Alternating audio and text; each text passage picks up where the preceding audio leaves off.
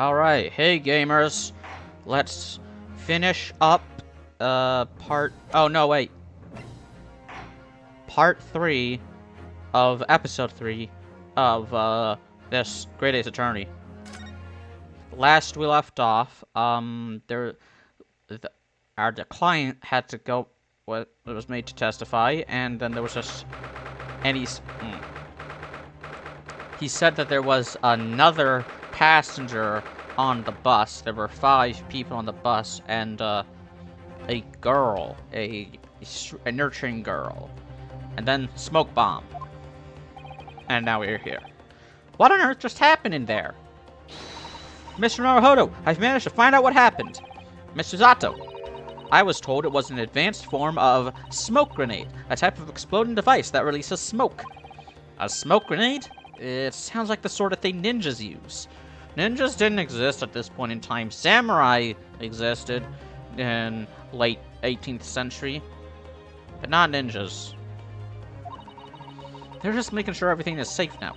I think the trial will start again before long. Although there were assassins. Not assassins. I forgot the name of them, but they were like Secret Service. They didn't do assassination, but they still used stealth to spy on people. So they're kind of like the KGB. But who would have done something like that? The police managed to catch someone who was trying to flee the courtroom, apparently. Flee the courtroom? Why? Well, it's a young girl of around 15, I hear. A young girl? Then could it be the other passenger that Mr. McGilder was just talking about? My thoughts exactly. So he wasn't lying. Oh, what's become of Mr. McGilder, actually? There are so many things I need to ask him about, but he's not here! I think he was summoned to the prosecutor's antechamber to answer questions. Along with the young girl. Ugh.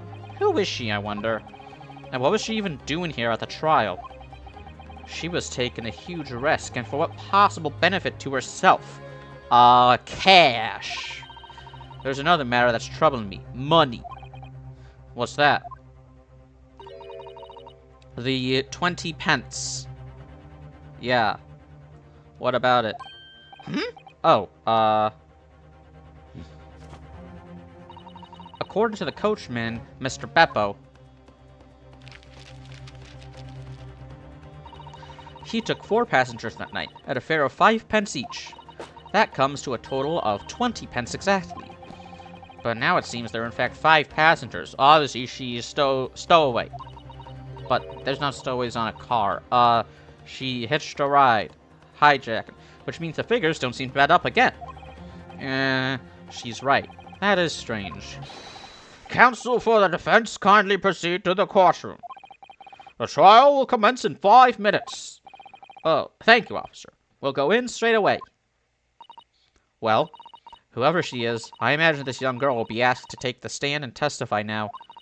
I really can't imagine what she's going to say, but it could alter the whole direction of the trial. We'll know soon enough, Mr. Zato. Yes!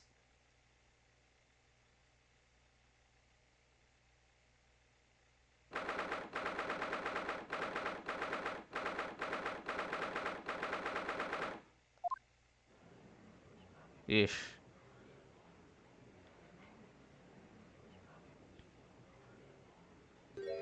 Yeah.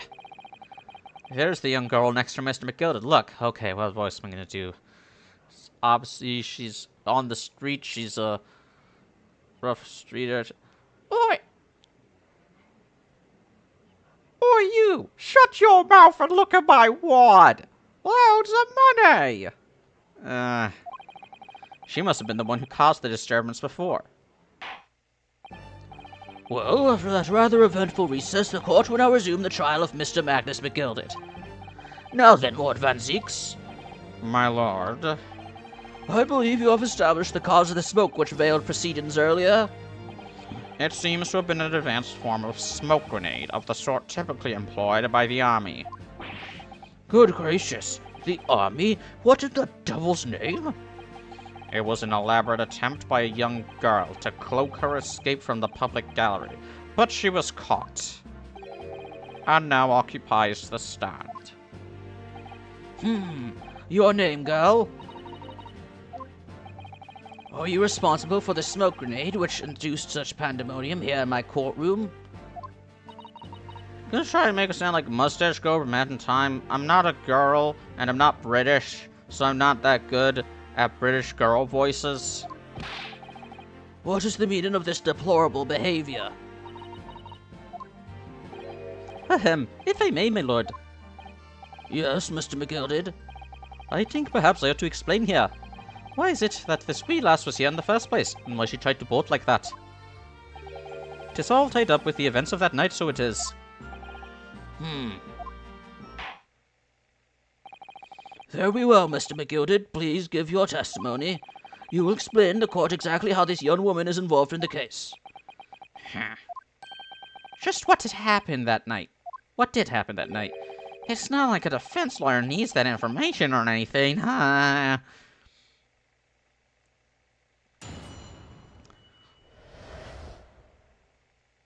The young girl. On the night in question, I took the back seat in the omnibus and promptly nodded off. Then begorra, a loud thud and a wee scream woke me up with a fair start. There was a fella collapsed on the floor at me feet, so I sat him up on the seat across from me. Then I turned to find out where that scream had come from, and bless me soul, what did I find? There was a child in there, all curled up in a ball, hiding her wee self away.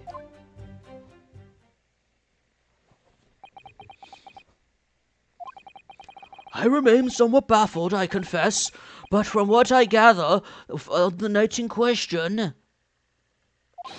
this young girl was indeed riding in the omnibus. Is that correct? 'Tis exactly as the defense counsel said. This lass was the 5th passenger, me lord.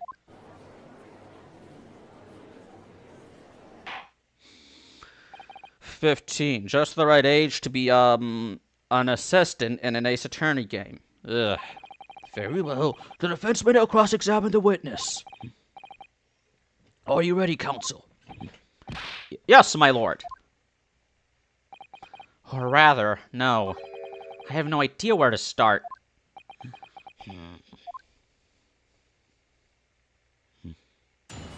Cross-examination.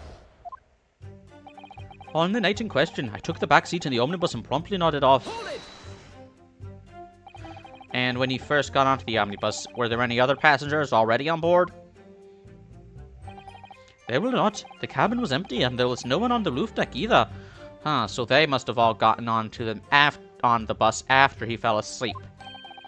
You were the first passenger, as it were. I see. Aye, and that's why I took the backside as I did. 'Tis the most comfortable, so it is. Could you explain exactly what you mean by the back seat? By all means, 'tis how you already described it, Talia.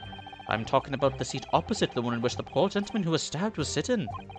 Like I said, 'tis the most comfortable, and where I feel most at ease.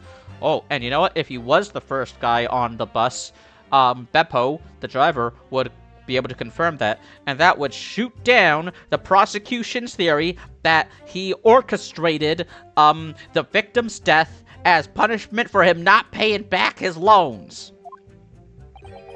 And of course, I enjoy gazing through the skylight from time to time as well.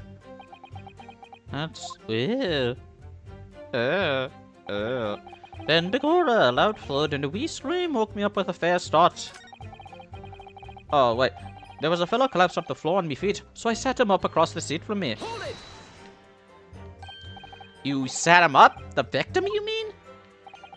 That I did. On the seat across from me, as I said. I could plainly see the poor devil was already gone. And you wouldn't leave a dead man just lying on the floor now, would you? 'Tis common courtesy, so it is. I find that a little hard to believe. Ah, Lord Van Zeeks. Now why would that be? You wish to find a man lying dead at your feet in a carriage. Any normal person would hail the cabman. Any upstanding member of London society, that is.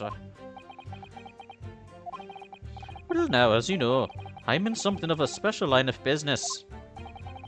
Now, wait a minute. This guy hates the Irish! The business of lending money at exorbitant rates of interest. Unfortunately, my lord, not everyone is thankful for the help I offer them, and some would even see me dead. so I do try, where at all possible, to avoid getting myself in a tangle with trouble. Are you suggesting you were just going to leave the man there? Heavens alive, no. I was always intending to report it, so I was. Only, I had mind to find out the whys and the wherefores first. Oh, whys and wherefores? Don't we have detectives for that? Right you are. There were some details I want to understand before anyone else got to meddling. That wee scream I heard, for example. Wouldn't your good self do just the same? Yes. The scream he says he heard at the same time as the thud of the victim collapsing. I mean, you did get framed for murder twice, so yeah, you would do the same thing. Oh, the good guys in this game have terrible, terrible luck. Begorra, a loud thud and a wee scream woke me up. Hold it! What time was this? A loud thud, you say? And a scream? Aye, that's right. How can I explain it? 'Twas like the sound of someone falling to the ground. That sort of noise. A thud. So you think it was the sound of Mr. Mason falling to the floor, having been stabbed? Well, no. You'll remember I was asleep at the time, so I wouldn't like to say. And when the sound woke me, and I opened me eyes, there wasn't a soul to be seen in the carriage but the fellow on the floor. You didn't see anyone. But at the same moment, you did hear a scream? Vibrations! That's how snakes can hear each other despite not having ears. They feel the vibrations in their bones, because snakes do have bones. From the seats above you on the roof deck, I presume. Not above me, no, my lord. 'Twas from inside the cabin. But I wasn't altogether thinking about the scream. No, I was too stunned by the desperate sight before me eyes. The fellow collapsed on the floor, then I turned to find out where that scream had come from, and bless me soul, what did I find? There was a child in there, all curled up in a ball, hiding her wee self away. You say he was hiding herself? Aye, that's right. 'Twas hard to see in the dim lamplight, but she was all curled up in a wee ball. When our eyes met, well, me heart nearly stopped beating in me chest. You're really overacting this. All you asked to was life was on the line. Still no, I pulled out from under there and sat on the seat opposite so I could have a wee chin bargain with her. The seat opposite?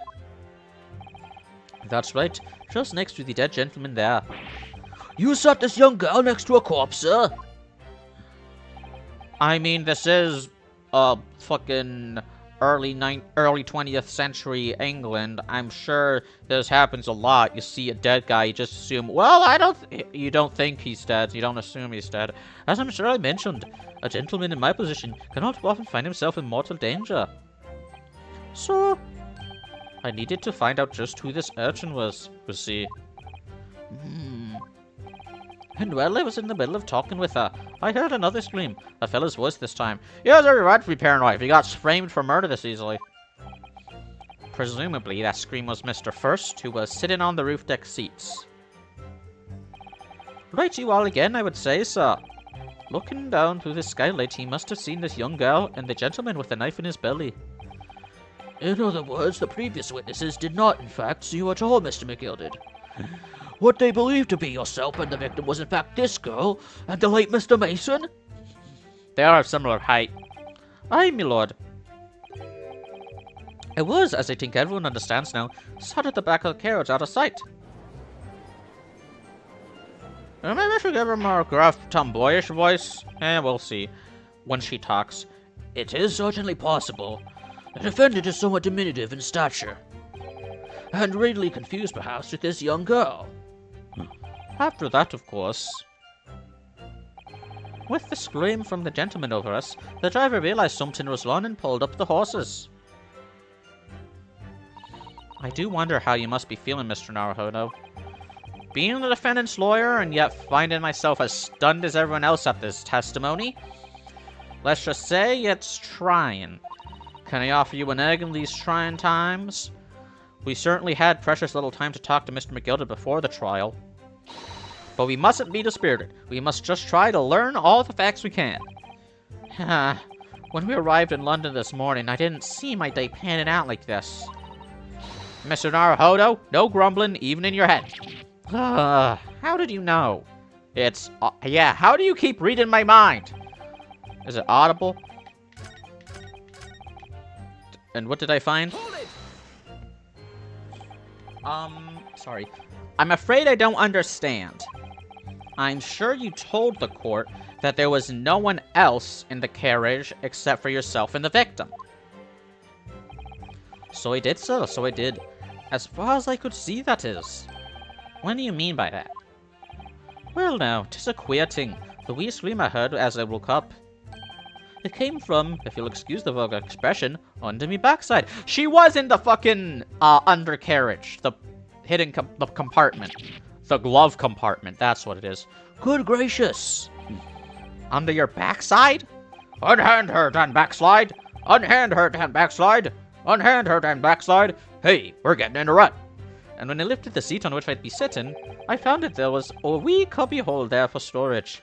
A runabout. I'll steal it! No one will ever know! Mr. Naruhodo, we can examine the omnibus ourselves, remember? Yes, of course. The whole bus was submitted as evidence. This would be a very good time to have a thorough look around inside. And that's when I found her. I know where she was.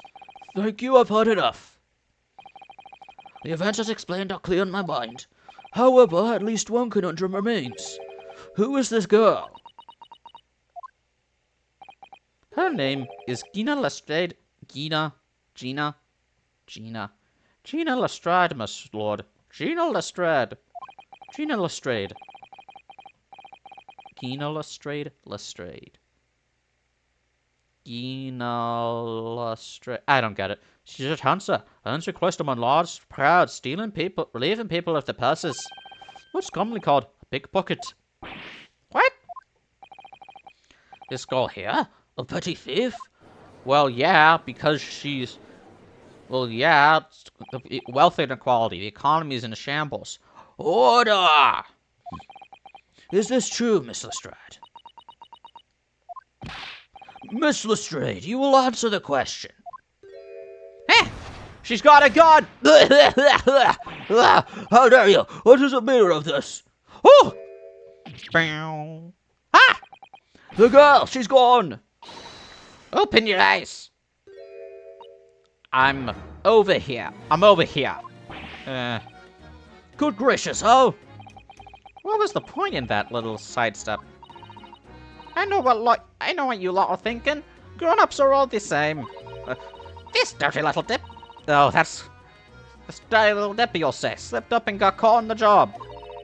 She got herself backed into a corner, so she knifed the gent. Yeah. Go on, that's what's in your heads, ain't it?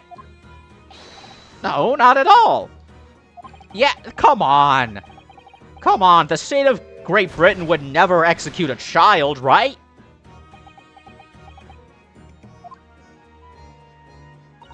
And they would never... And no one in the Ace Attorney world would ever incriminate a child for murder. I want you all to remember that I said that. Look, knives are for cowards. No. Damn it, I lost the voice. Johnny, your mother and I are very disappointed to you. Been naughty. Yorkshire. Look, knives are for cowards. Only thugs use weapons like that. All I need for what I do is these fingers. I'm a professional, alright? Maybe not in your eyes, but I got pride in what I do. I can't, no, that's not it. Hello, Indy. I'm a professional, alright? Maybe not in your eyes, but I got pride in what I do. Hello. Lovely day for it. Let me guess, you don't count smoke guns and want weapons for thugs? Oh, this? Yeah, this was in a bag I lifted the other day, down where they keep the four-wheel drags. It's nice, isn't it? I like the pink best. Do not wave that thing in my direction again. So, you admit that you were riding the omnibus on the night in question? I hate the rich and I hate the poor. I hate everyone. Especially the Nipponese. Because I'm racist. I'm so racist that the other racists of Great Britain told me that I was going too far. 'Tis all right, lass. You can tell them the truth now. Alright, yeah. It's just like the Irishman said. Just like the Irish... Just like the Irishman said. It's like the Irishman said. Hello. Or you. Yes, sir. The cavalry's here. It's like the Irishman. According to this girl's, Miss Gina Lestrade as a valid and significant witness in this case. Accordingly, young lady, we will now hear your testimony, if you please. You will tell the court exactly what happened to the omnibus on the night in question. Alright. If I have to. Trying to give her a Yorkshire accent, but... So I snuck inside the carriage before they hooked up the horses, just like always. But it was a right old waste of time. I got nothing to show for me troubles that night. Brett. I tell ya, you can't see a blind thing in that hiding place. It's pitch in there. No, that's the best I can do. Take it. Then after a while, I hear this loud bang. Nearly jumped out of me skin, I did. And the scream just came out. It's because of that the swell found me. He did help me get away, mind. Yes, he let you go.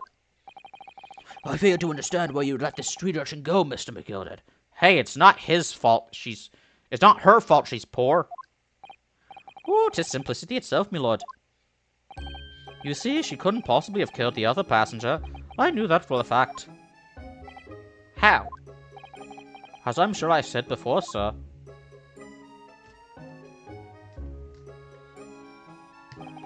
I was sitting right on top of the place where she was heading herself. I think a demonstration is called for. This is where I was sat that night. And the cubbyhole of which you have spoken in is underneath the seat, Oh, and the cubbyhole of which you have spoken is underneath the seat, I presume? A small child could definitely fit in there.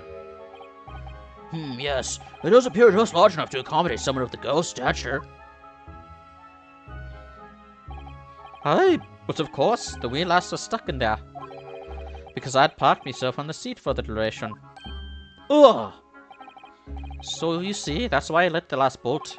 I knew that if the police found her there, they'd automatically assume she'd done it. But I couldn't live with myself if young life was ruined, when all the time I knew she was innocent. Even though you must have realized your action would result in your own innocence being called into question? Not at all, my lord. Not at all. I knew in my own heart that I was innocent. So I thought it was worth taking the punt on my own good name for the sake of this less fortunate lass. My goodness. What a perfect gentleman. My lord! This fine example of a man cannot possibly be guilty of a heinous crime like this. Okay, she's got fucking Van Zeke's. I'm ashamed myself for ever doubting you, sir.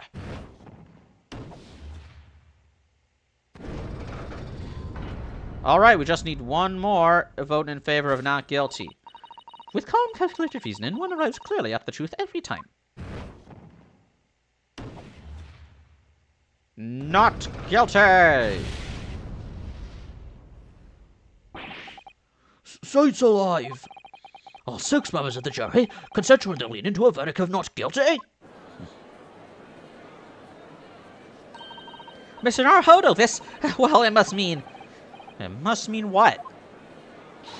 That we're victorious! When the makers shine! We've won? Are you sure? Well, that can't be right. We're very early into the video. How could we have won already? Oh no! Van Zeke's not... What the fuck? If the sight of my iron-heeled Wellington offends, pray do forgive the discourtesy.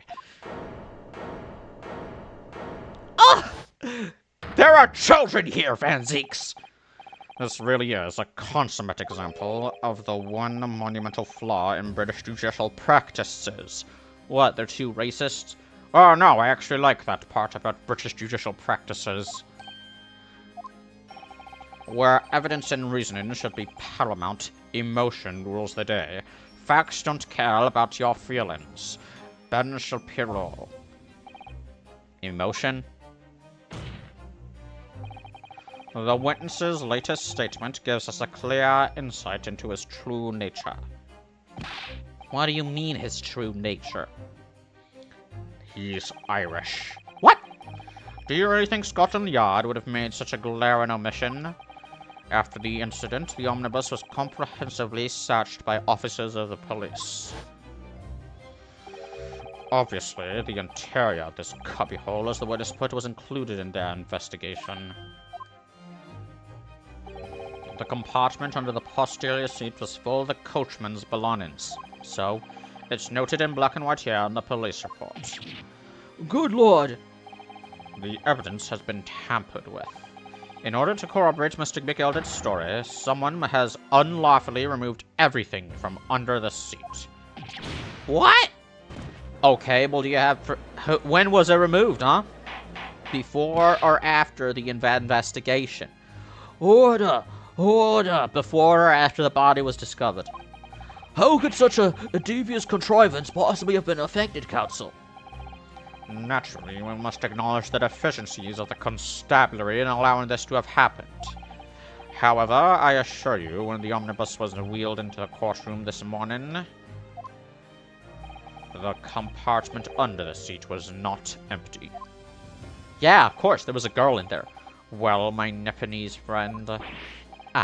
me? When the carriage was submitted as evidence, doubtless you come and examined it in fine detail, as would any self-respecting practitioner of the law. Yeah, I did. And I found shit in it! Pray, what did you find the condition of the undersea compartment to be? And it's pronounced Nippon, as in Nippon these nuts! Sorry. Oh, to be sure. The young gentleman will be able to clear this up in a jiffy. Sorry? Go ahead. You tell the court now, fella. Oh, this is all an elaborate excuse by the desperate Lord Van Zeeks. Have faith in your client, Ryunosuke. It's not like he'll end up being evil. Well, Counsel, do you have something to say on this matter? How am I supposed to answer? What can I say about the state of that little compartment under the seat in the omnibus? Let's just look one more time, just to be sure.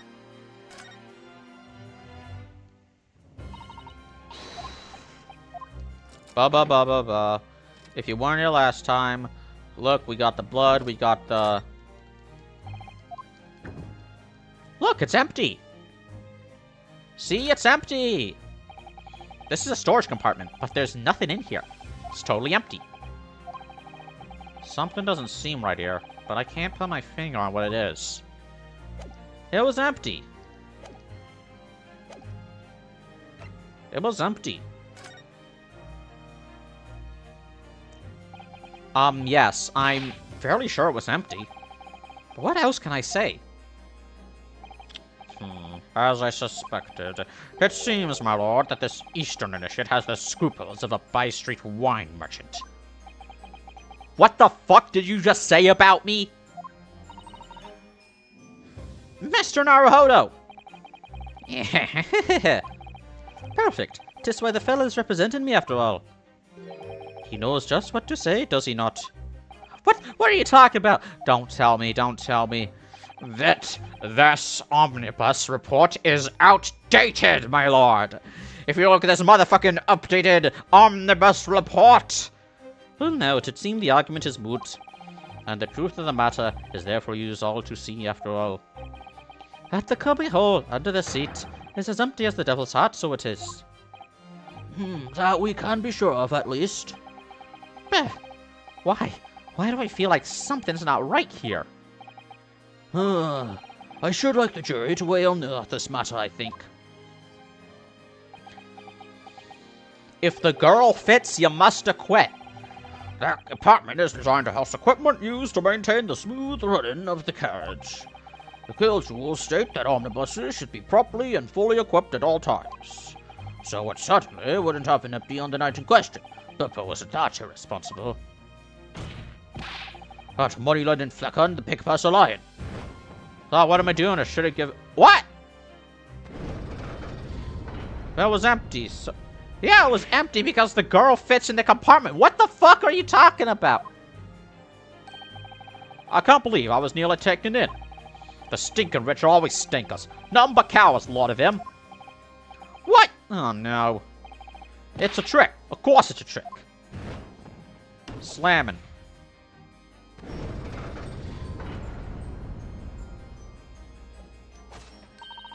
Quite so. I must concur here.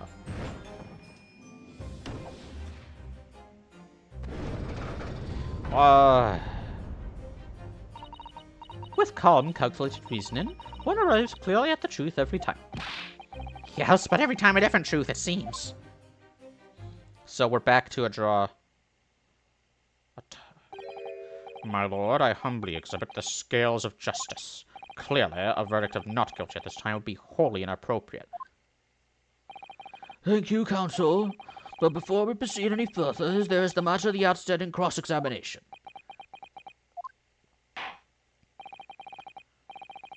Counsel for the defense, begin your question of the witness, please.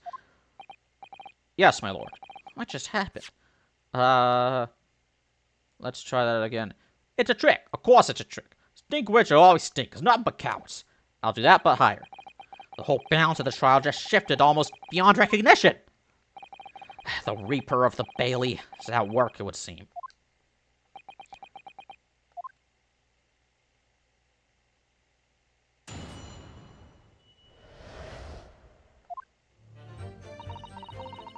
Oi, lad.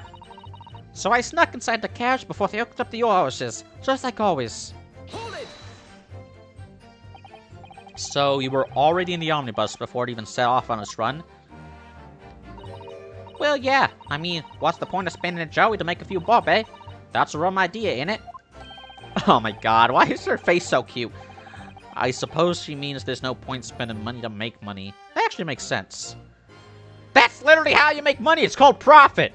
This capitalist society. Counsel, may I remind you that this girl is a petty thief? Kindly refrain from entertaining her tenants. Petty thief? Oh, please. Well, that does clear up the little mystery of the fares and all. Excuse me. Oh, shit! Fucked up. Oh god, she's back in heat!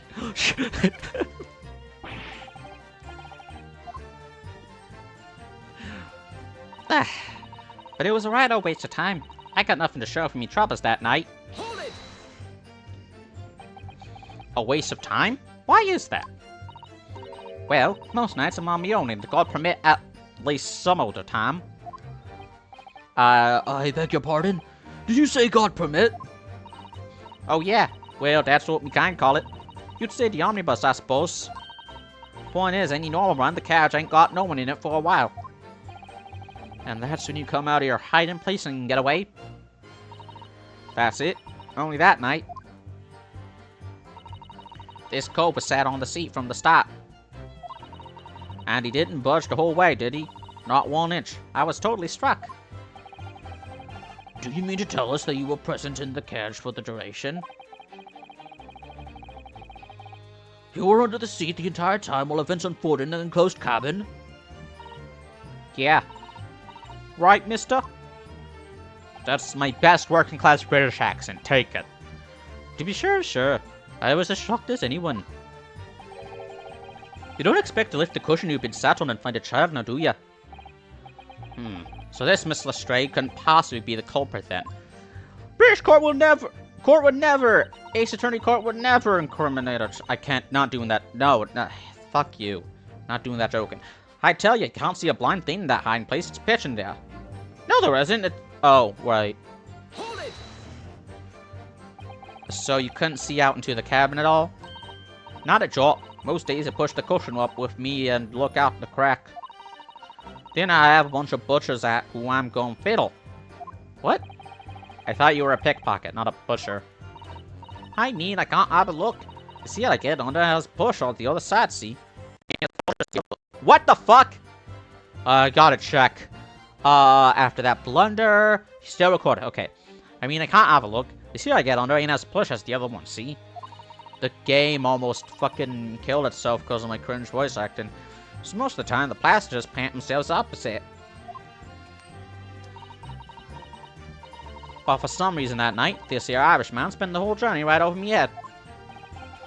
And for that reason, you weren't able to push the cushion up to peek out. I see. Truth is, I ain't too happy in small dark places. Feels too much like being thrown in the clink. But it's the only place to idle in them carriages, so it's Obson's choice. Why doesn't he just stick to picking people's pockets in the open then? I like hiding in small places. Hiding in a closet, hiding in a box, hiding underneath a beanbag. At least when I was a kid. I'd say there's some reason that she's not letting on, judging from her demeanor. So anyways, I was a bit scared, but I had to just stick it out under there. Nothing else for it. Then after a while, I hear this loud bang. Literally jumped out my skin, I did. And when the scream just came out. When you say a loud bang, do you mean the noise of someone falling to the floor? Could have been, I suppose. I don't remember so well. Point is, it made me jump. And you let out a scream involuntarily? That's right. And then I felt the cushion over me and get lighter all of a sudden. Presumably when the defendant got up in order to help the victim, yes? Or not. It could equally have been the moment the accused stood in order to stab his victim, could it not? Well, girl, do you see what happened at the crucial moment? Yeah, I saw it. I pushed up the cushion and had a quick butcher's while I had the chance, didn't I? The Irishman was sitting up the bloke, wasn't falling on the floor, the seat opposite. That matches Mr. McGilda's account, of course. But then the fella suddenly turns around and looks right at me. I sunk back down again, but it was too late by then. I never should have risked looking. It's because of that. This wheel found me. You did help me get away, mind. It's... And when Mr. McGilda discovered you, he pulled you out from your hiding place. I was scared stiff, I was. He dragged me out and sat me down on the seat and all. Next to the victim, Mr. Mason. Yeah, the bloke had a knife on his guts. He was still bleeding. Then the carriage lurched a bit, and he ended up falling onto me. Ugh, how awful. Both meons got covered in blood. Made me feel sick as a dog.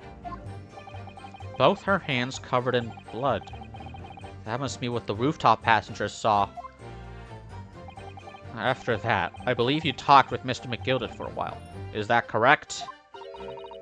He asked me some stuff. Wanted to know me name and what I was up to and that.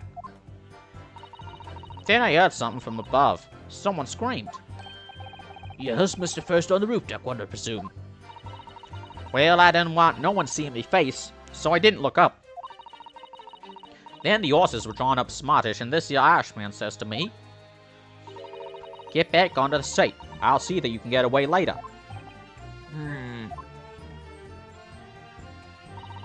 All 6 members of the jury had decided the defendant was innocent. For one brief shining moment, yes. It's clear that they are all still very unsure. Why? Because of an empty carriage? The empty carriage proves she was hiding in the fucking carriage! If you could just find some conclusive piece of evidence among this new testimony, I'm sure we would clinch the verdict we want. Yes, I think you're right.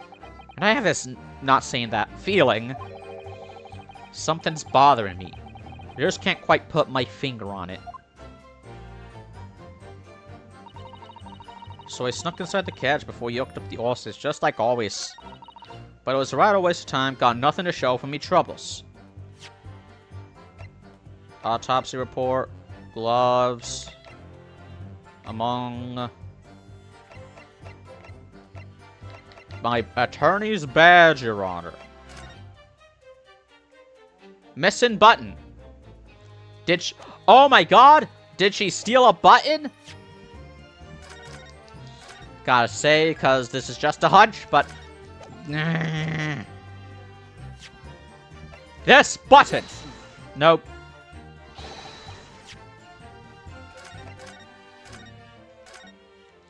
Let's try again. So I snuck inside the carriage before you up with the horses, just like always. Nothing to show for me troubles. I'll tell you, I can't see a blind thing in that item. Place suspicion there. Let's look at the...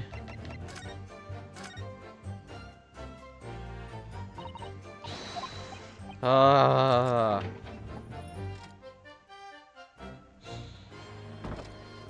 finding this up. I pressed her on everything, and there were no tells. There's got to be evidence. There's the lanterns. Don't think the... Let's just hide in place. After a while, I hear this loud bang. Bang. What was the bang again? Hold it! Oh, the noise of someone falling. Could have been. I don't remember. That's not very sure. Huh.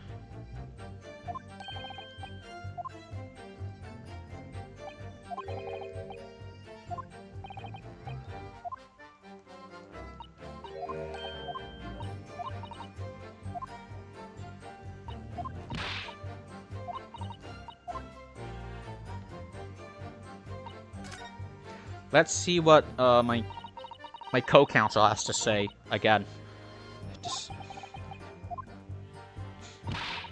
It's clear that they're all very unsure. God, I've been having a lot of boogers in my nose recently. Dry boogers. It's disgusting.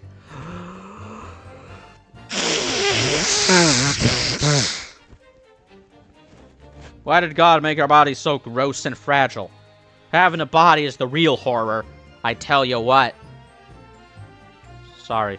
If you could find some conclusive piece of evidence among this new testimony,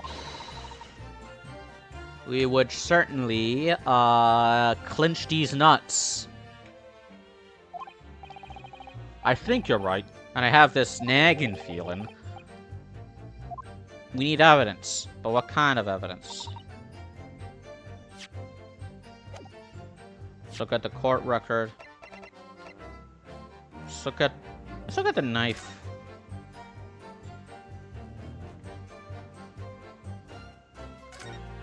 It's a handle, you fuck. Are we sure that ain't a W? It could totally be a W. Look at the intricate patterns on this knife. Why would someone need a knife like this?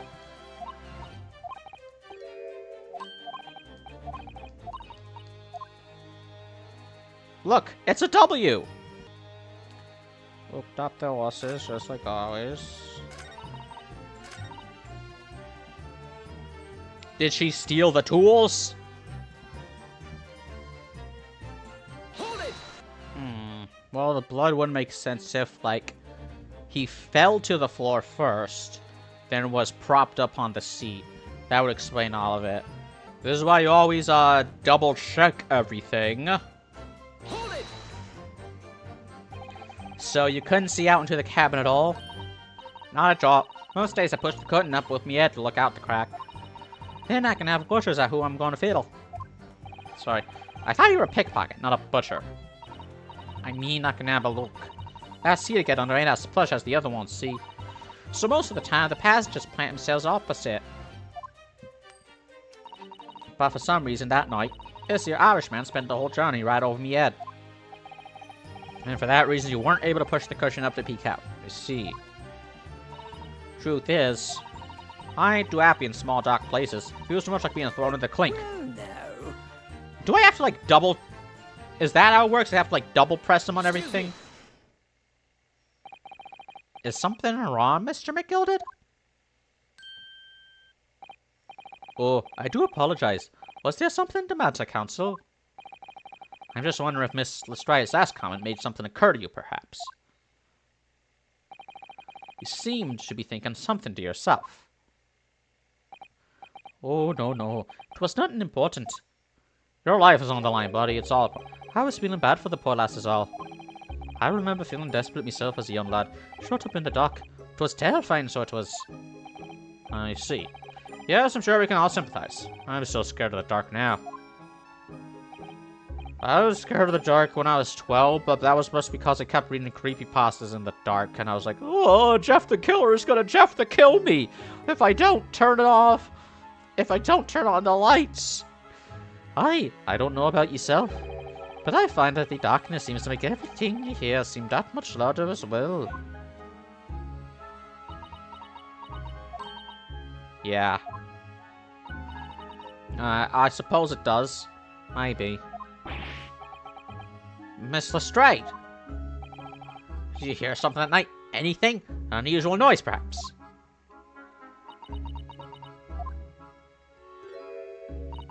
Nah, not really. All I could hear was the Irishman snoring. I like it. But Jabers, there's no need to tell the whole world of me foibles, you little scamp. What a pity. If only Miss Lestrade had heard something, it might have given us a vital new clue. Yes.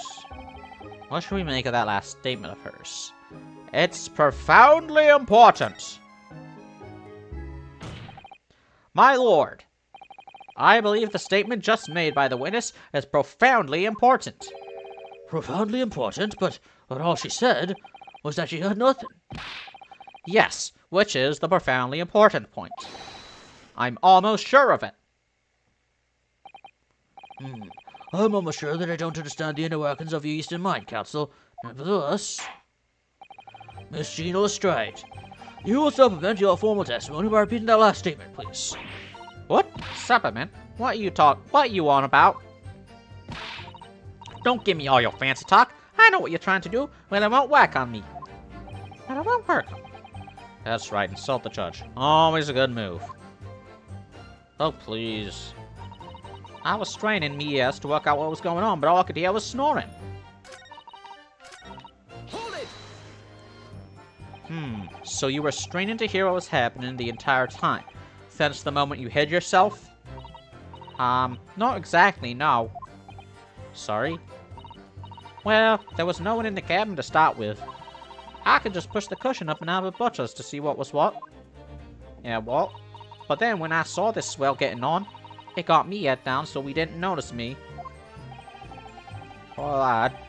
And Mr. McGilded sat in the seat under which you were hiding, correct?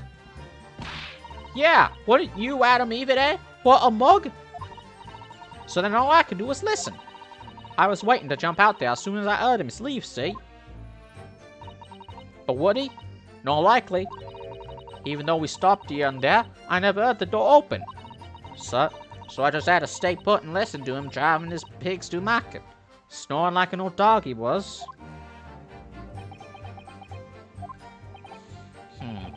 Are there any conclusions we can draw from that, I wonder?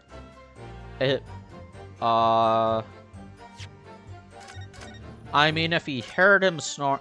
What did McGilded say? He got in the van, the car, and then he started snoring.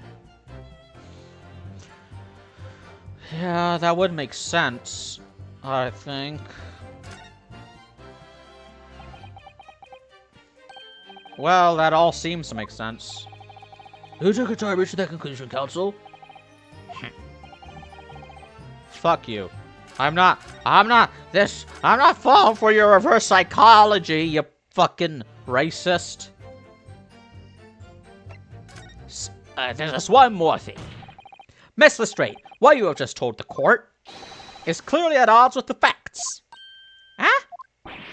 At odds? Are you sure, man? Absolutely. It seems my learned Nipponese friend is not as dull-witted as I feared. So Van Zeeks realized it too. Nipponese? How about you Nipponese nuts? That's what I should have said the first time. So Van Zeeks realized it too.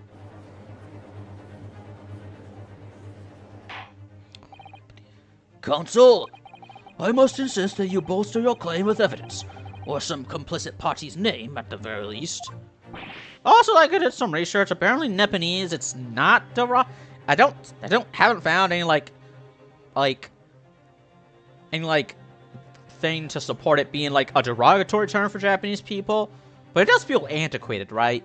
Like a certain word for African Americans that everyone, including the black community, used to use, but like no one uses it anymore. So I don't know if it's derogatory, but it is. Still don't know if Nepalese is derogatory, but it is certainly an outdated word. I don't hear anyone use it. I expect you to demonstrate this alleged contradiction to the court.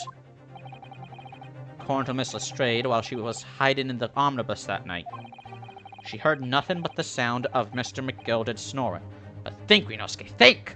Think, Mark! He only says it once, but everyone writes the memo, think, Mark, think! There's something else she should have heard. Something else. I'm gonna save. It could have been evidence. Let's show a person. Very well, my lord. Allow me to elaborate. On a particular sound that Mr. Lestrade could not have failed to hear on the night in question. The sound very clearly explained the presence of the following person. This guy. Take that! Oh, music stopped! I did it! Thrice-fired Mason? Yes, my lord. The sound that Miss Lestrade cannot have failed to hear is that of the victim, Mr. Mason, boarding the omnibus. Oh, I was gonna say the sound of him dying. Order! Order! Explain your reasoning, counsel. Miss Lestrade, allow me to confirm something. You claimed earlier that you were the first person on board the omnibus. Is that correct? Yeah, of course it was. I got on while the driver was in the pub, didn't I? And the next person to board the omnibus was Mr. McGilded? That it was. Not a soul was in the cabin when I climbed aboard. At least, not in plain sight. So you were, to all intents and purposes, alone in the enclosed cabin of the omnibus at that time. Did I not just say as much? I wasn't traveling with anyone else, if that's what you mean. Yeah, I saw him get on, remember? Through the crack under the seat cushion. He was on his own for sure. And, from what we heard, the cabbage made a number of stops after that on its onward journey. During which time, did you not hear the door opening or closing at all? Nah, I never heard it. That's exactly what I was listening for, wasn't it? Waiting for this swell to leave. In which case, when and how did the victim end up in the carriage? We know that the victim collapsed inside the enclosed cabin of the omnibus. Therefore, Miss Lestrade's statement about what she did or did not hear is at odds with the facts. Ah! I am at a complete loss. I do not know what he is cooking. Yes, this petty thief's statement was clearly flawed. Lord Van Zieks? Yes. He knew. He knew all too well that there was an inconsistency in Miss Lestrade's statement. You fool! You just did his job for him! It would seem words of thanks are in order for my learned friend. What are you talking about? You have demonstrated matters impeccably. This witness and her colorful statements are entirely unreliable. Her words are convenient untruths and nothing more.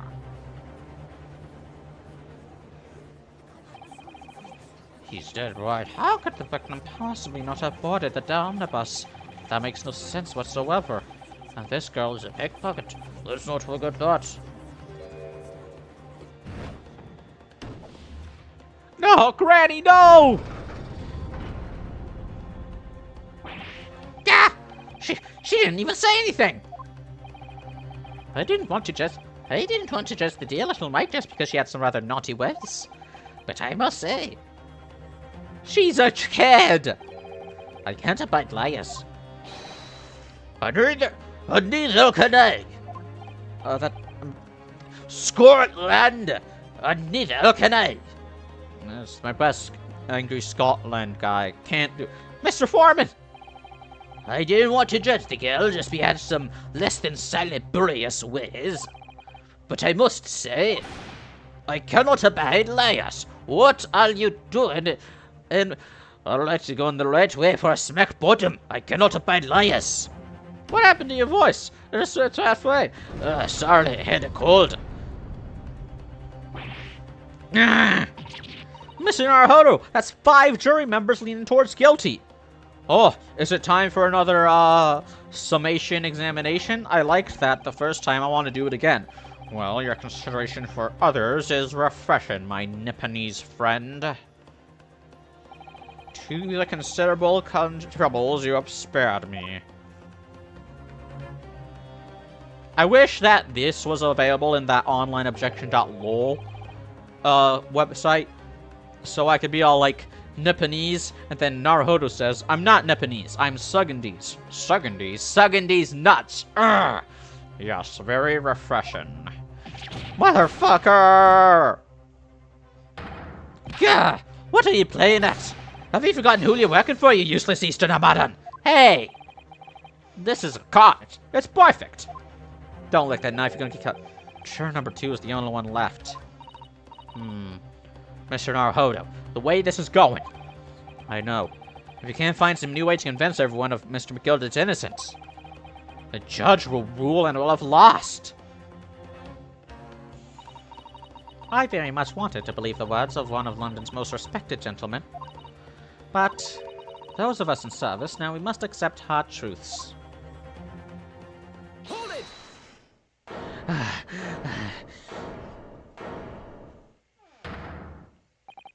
Yes, the witness's last statement seems to have revealed a critical inconsistency in her story. However, if we consider the possibility that her statement is in fact the truth, we may shed an entirely new light on this whole case. What are you saying? Counsel! I'm sorry, sir. Whatever do you mean? I'm sorry, sir. Whatever do you mean? Sorry. Counsel, I will not attempt you. I will not tolerate you attempting to prorogue my adjudication. In English, please. Oh, wait, sorry. In Japanese, please. Explain yourself at once.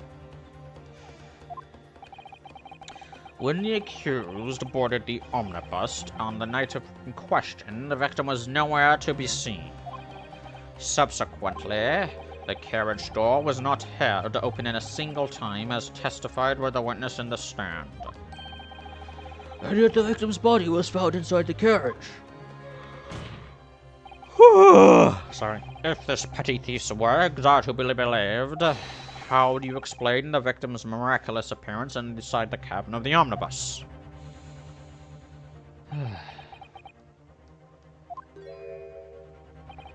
There's only one way to explain how the victim came to be inside the carriage. He was in there already. He was put in there after he died. That's an interesting possibility. Because think about it. If, there's only 2 entrances, and both of them would have allowed him to... Wait a minute. What if he fell through the skylight? If the door wasn't opened even once, the only explanation is that the victim entered the enclosed cabin some other way. Objection! I wondered what new fantasy you would come up with in your blind panic. But behold, the omnibus is here for all to see. Oh yeah? Only one side of the enclosed cabin is furnished with a door. The other has only windows. Fixed windows which cannot possibly open. In short, there is no entrance to the cabin other than the door. Objection! Oh my god, yes, yes! Slam! But there could be! There's one possibility you haven't considered. Oh, really? Yes, one other way inside that isn't the door. Another opening, the use of which allowed the victim to appear inside the enclosed cabin. Really should have said quote-unquote before saying appear. Alright, counsel. The defense will identify the location for the court. Here's the omnibus in which the incident occurred. Where on earth is this entrance by which you propose the victim entered the cabin? Take that! The answer is obvious. It could only have been the skylight. I say, the skylight. Objection! Your ludicrous proposal almost has me lost for words. However, Objection! the skylight may well be large enough for someone to pass through. Objection! So you claim. But do you have a shred of evidence to support your addle-brained theory? Yes, I do. Yes, I do. It has to do with the bloodstain on the floor. Why would he fall down? Why would he thud onto the floor if he was sitting in the seat when he died? Both Mr. McGilden and Miss Lestrade said the same in their testimonies. They each claimed to have heard a loud thud, such as the noise made by someone falling to the floor. Yes, which has already been explained. As the sound of the victim falling from his seat having been assaulted with a dagger. But what? That wouldn't happen like that. Yes, it has. But would a man slipping from the seat onto the floor really have made such a loud noise as the witnesses describe? A noise loud enough to cause Miss Lestrade to let out an involuntary cry, in fact? Good gracious! Perhaps, in fact, that was the moment that the victim made his entrance into the cabin. No, let me rephrase that. The victim didn't enter the cabin as such. He fell into it. Objection! Going to jail. You're now suggesting that the victim fell from the skylight into the cabin? That's simply impossible. How could he be so sure? Oh god, I wonder if this means that ballerina... Don't tell me they executed the ballerina girl for accidental murder, also known as manslaughter. Because if the victim had fallen inside the skylight, as you say, the passengers on the roof deck would have seen it happen. And yet, not one person made mention of such events in their testimony. Well, yes, that's true, but... Hold it! Might a humble fella make a wee comment here? Mr. McGilden? To be sure now, the two fellows who were sat on the roof that testified up before said nothing of the victim falling through the skylight. But it seems to me, my lord, that 'tis not so much a case of them not saying, but... Aye. 'Tis a case of them being unable to say. What? I think perhaps the two fellas do be having something of a compelling reason not to mention what happened. Would yous not agree, fine ladies and gentlemen of the jury? Oh my goodness. Surely not. Those two chaps on the roof? You mean the ones who stuck that knife in the man were?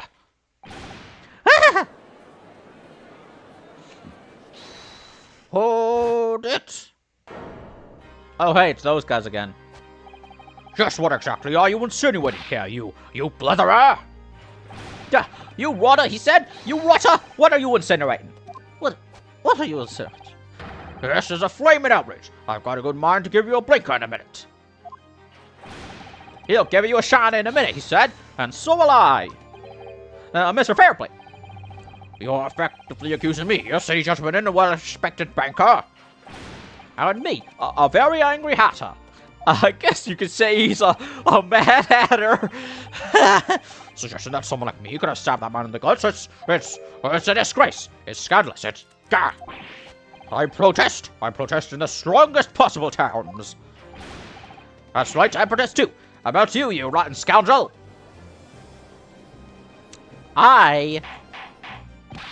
Order! This is not the time, witnesses. I will not permit this wanton invasion of the stand. Return to the anteroom at once. But this is beyond reason, my lord. It's outrageous. It's very hurtful, you know. My lord, if I may comment. Go ahead, Lord Van Zix. It was the defense that incited this outburst from the witnesses. My learned friend has seen fit to abandon all protocol and accuse the witness without proof. Accuse? I never intended to. It seems, young Nipponese, that your command of the English tongue is wanton. You proposed to this court that the victim fell through the skylight from the roof deck of the omnibus. That hypothesis cannot possibly stand without the rooftop passengers being aware of the events. You have branded these gentlemen liars. You have intimidated their criminal guilt. In our British courts of law, that is what is termed a baseless accusation. Bah!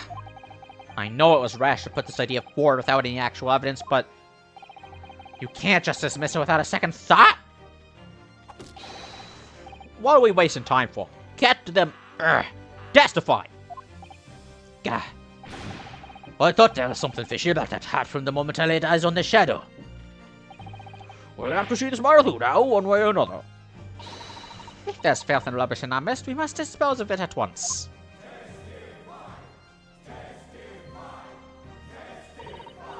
Damn. What's happening, Mr. Naruhodo? The spectators in the public gallery they're in a complete frenzy. Mr. Fairplay and Mr. First. My lord. You'll take the stand again and make another formal testimony in reference to the indictment brought by the defense. Yes, my lord. I didn't come here for this. I didn't come here for this. There's no time to think this through. All I can do is keep pushing forward.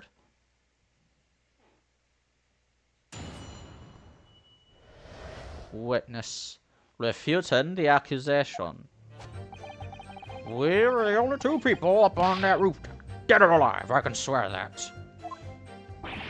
If anything had happened while we were sitting, don't you think one or the other of us would have noticed? In any case, neither of us know the thing about the victim. We had no reason to kill the man. The skylight was shut the entire time, I tell you. Who couldn't possibly have opened it?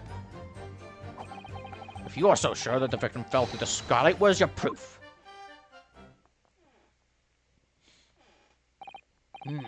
I must say that on listening to this testimony, it is somewhat hard to imagine how either witness could have performed any malevolent act on this rooftop deck without the other noticing forthwith. That's right. You see me. We're innocent, I tell you. We're innocent, I tell you. Although logically, of course, the argument falls down if the two of you were in collusion with another. What? According to investigations by Scotland Yard, the two witnesses share no common dealings. Huh! Well, I don't trust coppers any more than I trust the stinking rich. Man, this guy's a comrade. Something doesn't feel right here. The trial is going in our favor, really. So why do I feel so uneasy? Counsel for the defense, over to you. Your cross-examination, please. Oh, yes, my lord.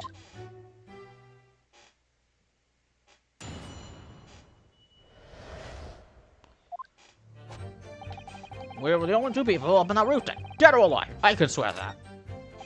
If anything had happened while we were sitting, don't you think one or the other of us would have got noticed? In case neither of us know the first thing about the victim. We had no reason to kill the man. Hold it! You're in debt to the victim. No, wait. So, you had never met Mr. Thrice-Fired Mason before? Oh, lummet, no. Not once. Never. Never. Ever. As I could ever make a mistake. Never. Never. He'd never met the man before, he said. Never. I'm just gonna not try with the voices. My throat is hurty. And you, Mr. First, had no prior dealings with the victim either? That's right, sir. I just don't have much to do with the brickmakers, to be perfectly honest, sir. No, I imagine not. See? How many different ways can I put this? Neither of us have the remotest Well, no. Ooh. Excuse me. Mr. McGilded? Yes, counsel? What can I be doing you for? Did the witness's last statement give you pause for thought somehow? Not the remotest connection. Is that right now? I wonder. This guy is like Columbo. One more thing, laddie. It's just been striking me as very odd. What are you insinuating now? Ah, Mr. Fairplay. It has been too long, so it has. If I'm not very much mistaken, I believe 'tis fast approaching, is it not? Your repayment date. I beg your pardon? You borrowed 20 guineas from me, sir. At an inconceivable rate of interest. You tricked me. It's extortion. Okay. Yes, but he's not on trial for usury, now is he? Well, no. Is that a touch of begrudgery, is it? The sort of begrudgery that might motivate a fellow to pass his crimes off on another. Grr. Handy on Mr. Fast. Me, sir? What do you want with me, sir? You do be making hats for a living, do you not? That little top hat sliding about on your head. Is that one of your own creations in it? Oh, well, I'm still such an apprentice, you understand? I'm learning to find the perfect fit for whatever fine gent walks through the door. The perfect fit, is it? Well, it is a very distinctive design, so it is. Many customers like it, I tell you. They like a distinctive touch. Customers? Such as Thrice-Fired Mason. Oh! He has a similar crooked hat. There was a photographic print of this victim submitted as evidence before, my lord. Oh, this you mean? I can't help thinking that the poor fellow's hat looks distinctly familiar, wouldn't you say? Oh! You were gonna steal his hat! That's one of my hats! Aye, it is. So it would seem the brickmaker was a customer of yours. I'm so confused. The sort of customer, Witcher, you could have had a wee quarrel with over the distinctiveness of the goods. What, did he underpay you? Did he shortchange you? No, sir. Absolutely not, sir. Well, there's really nothing more to add. It wouldn't be right to say that the two fellas here haven't the remotest connection to the victim, you see.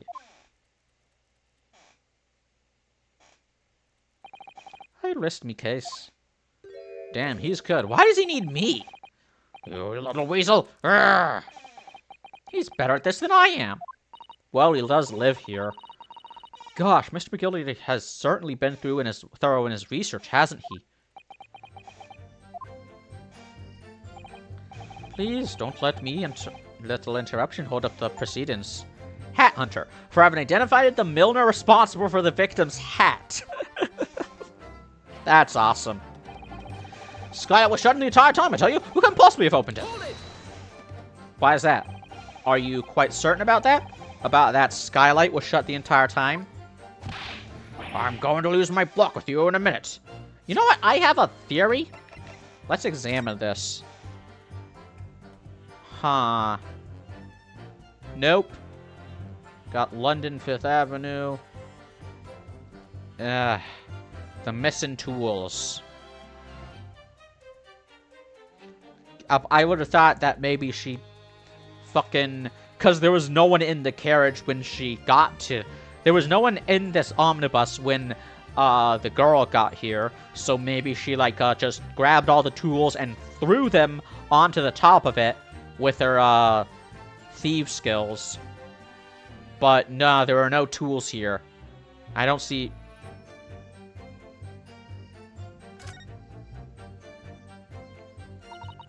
So the roof deck. Ba ba ba ba ba ba ba ba ba ba ba ba ba. Okay, there goes that theory. Hypothesis. He's going to lose his rag with you in a minute. That's what he said. Take a look for yourself. Go on. You see? It's shut fast now, just like it was on the night. No, there's a handle. So it is, of course. A fellow the size of Mr. Mason could likely break right through it still and all. What? Just looking at the size of the team, you understand. I'm looking at that one more time. Look, there's a handle. You can certainly see inside the carriage through this opening, that's for sure. Yes, and there's a lamp in the enclosed cabin. So I'm sure the witnesses would have been able to see quite clearly. That's not good for us. But the... Planet of the puddin' brains. Now hold on a minute there, sir. The size of the ting means nothing. Not its own. Let's consider the bigger picture here, shall we? Let's stop biting our cane, shall we? I was riding the omnibus on another occasion when, well, I broke wind. Loudly. I shocked myself with it, as it happens. He farted. This is an unexpected confession, Mr. Fust. He who smelt it, dealt it. Oh, I just meant to say, well, the point is, I tried to open the skylight, you see. But, just my luck, I couldn't make it budge. The stench was terrible. Everyone was looking daggers at me, sir. I went as red as Rogar did. Are you expecting me to sentence you? Oh, no, sir. The point is, farting's not a crime. Skylight can't be open. I tried... Oh! That's what she sounds like? Excuse me. Do you have something to say about that, Miss Lestrade? That is not the voice of a 15-year-old girl, game. Of course, I'm not the voice of a 15-year-old girl either, but hey. I didn't voice act for this game. Miss Lestrade! It opens.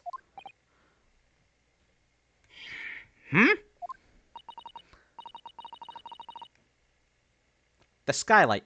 That is what we're talking about, right? She's got a gun. Pack an 8. All them skylights open. Dead easy. More easy than you can load that weapon. That's a lie, I tell you. Otherwise, when I broke wind, You can't do it from inside, you mug. Oh! Look, a few weeks ago, I was up on the roof deck of one of them drags. And they had a great haul. I mean, I had purses coming out in ears. Mr. Straight, this is not the forum to be eulogizing other subjects of your criminal activities. Yeah, if you're saying that in a court of law, you're confessing to a crime. But hey, what are they gonna do, call her parents? Well, anyway, I had a bit of a scare. When I lifted the last bloke's purse, he got wise to me. All 4 of them surrounded me, so I couldn't rip off the bus and leg it. So what I did was, I used the skylight, opened the catch, and jumped right through. What? Yeah, the catch for them skylights is on the top side. That's why you can't open it from inside the cabin. Yeah, I saw the fucking handle, but like, oh, Naruto didn't give a fuck. That's just, oh, look, it's a window. It's a window. Yeah, but look, there's evidence on the window. Oh, window. The skylight opens from the roof deck? What are you, some kind of daft punk? Bailiff, climb up onto the roof of the omnibus at once and verify this witness's claims. Sir, I am not a monkey. Climb onto this. What is this, a jungle gym? You want me to go monkey mode?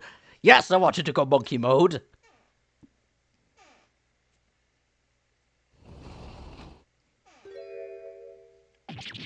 Ah! Oh, my hat! See? It's just like an episode of Judge Judy. What? Order. So, it appears that the street girl's statement is quite true. I don't believe it. The skylight opens. And from the roof deck. Mr. Naruhodo. This could be the clue we've been looking for. Well, counsel for the defense, please continue with your cross-examination. Man, if you're poor and have to rely on crime to survive, why not just get a job? Well, why don't you just get a job that will make you as rich as Jeff Bezos, huh? If it's that easy. Like, I've heard some crazy-ass fucking explanations for why some people are richer than others. Well, it's because it's good for the economy. It's because the poor people are lazy. It's because the rich people are built different. Yes, my lord. So, the skylight opens. Perhaps I should investigate for myself. Right now?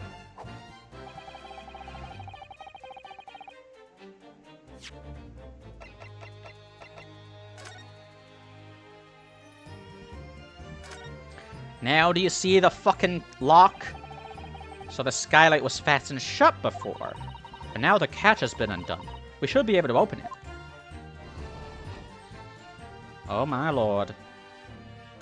Well, what do you know?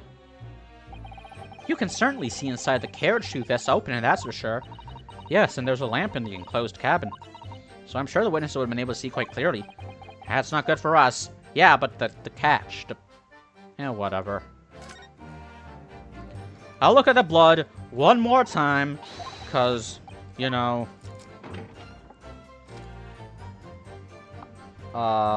Stop posting about Omnibus. I'm tired of seeing it. Friends on TikTok send me memes. On Discord, it's fucking memes. I was in a server, right? It had all the channels just Omnibus stuff. I showed my freaking champion underwear to the girlfriend, and Logan flipped and said, "Hey babe, when the underwear's in Omnibus, haha, ding ding ding ding ding ding ding ding ding ding ding ding ding ding." I fucking looked at the trash can and said, "That's a bit bussy." I fucking look at the astronaut's helmet. I think of the Omnibus and I say, "Penis, more like P-Bus." Ah! Take that. Objection. Fuck you! Oh, it's the Omnibus. No, there's no evidence, you fucker. You fucker. You motherfucker. Fuck you. Fuck you. Present in evidence? Fuck you.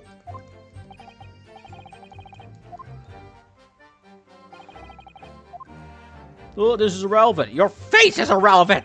This fucking kangaroo-ass court! This gay-ass court! Sorry.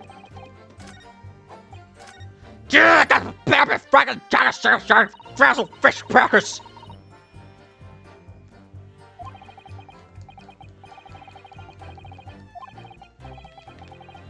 Shut up, shut up, shut up, shut up, shut up, shut up, shut up, shut up, shut up, shut up, shut up, shut up! Hold it. Ah, proof, eh? That's right. I demand to hear it.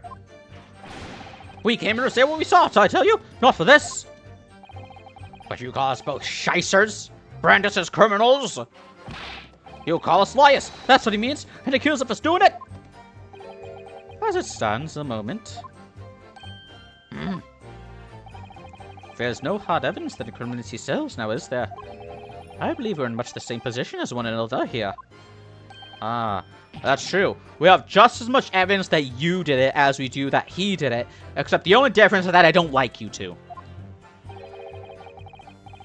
If I don't crack this safe soon, I'll crack his teeth. I wonder if these two men are really involved.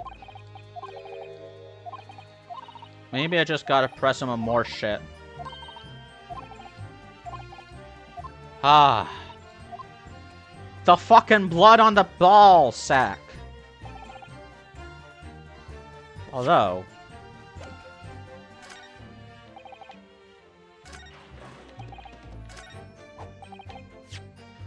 my proof that he fell through the skylight. Let's look at everything, right? First, the autopsy report. Stabbed in the abdomen with a knife, died due to internal hemorrhage. So... in an omnibus. What if it wasn't the knife that killed him? It was the fact that he fell, and, like, the collision, like, made his wound even worse, cause... it would be possible for someone to survive this, especially if you leave the knife inside the wound. But... I'm gonna take a gamble, present the autopsy report. Objection. No.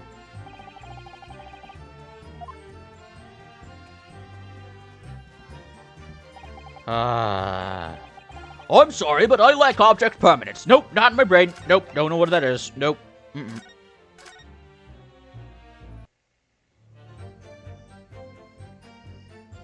Where's my proof? Objection.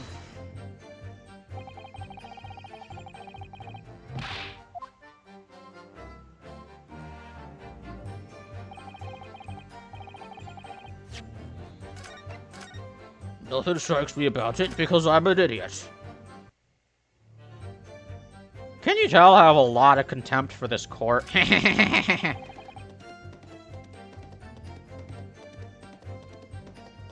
Do I really just have to present the fucking omnibus? Objection! I'll just press him on the other shit. Hold it! So in no time did the victim, Mr. Mason, climb up to join you on the roof deck. Absolutely not, Dickon! No question about it, he said. None at all. Whew! But yes, of course, I remember seeing the boat.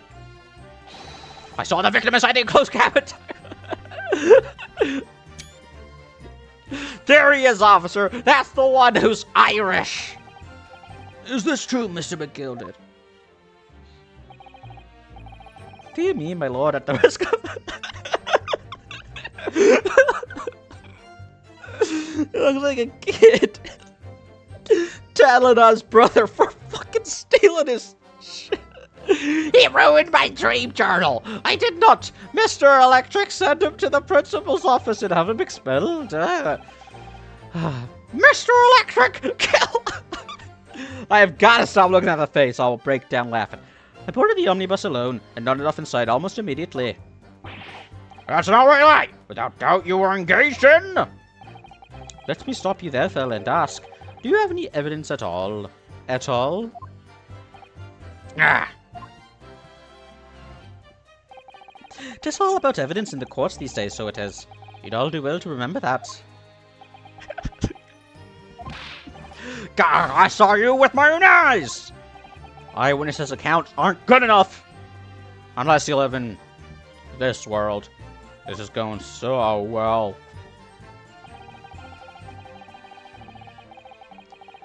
Don't you think one of us would have noticed? Hold it! It was pitch black. Well, it was on the final run of the omnibus at past 10 o'clock in the evening. It would certainly have been quite dark. Perhaps... What the fuck? Bro!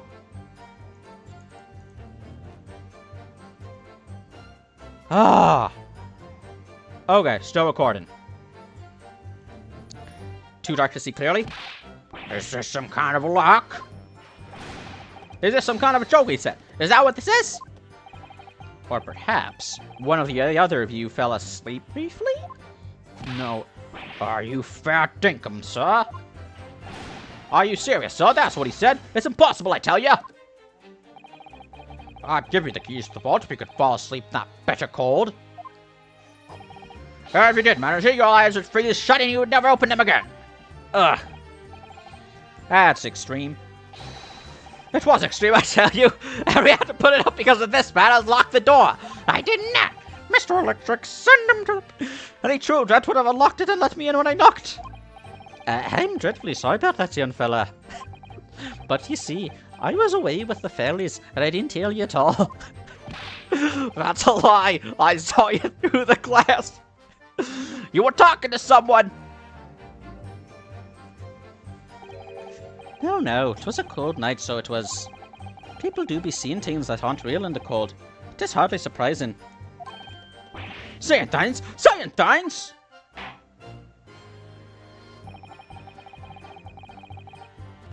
I believe we have reached an impasse here on this particular point.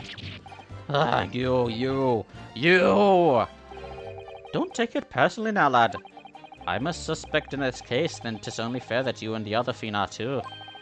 Open and free competition is what a capitalist society is all about.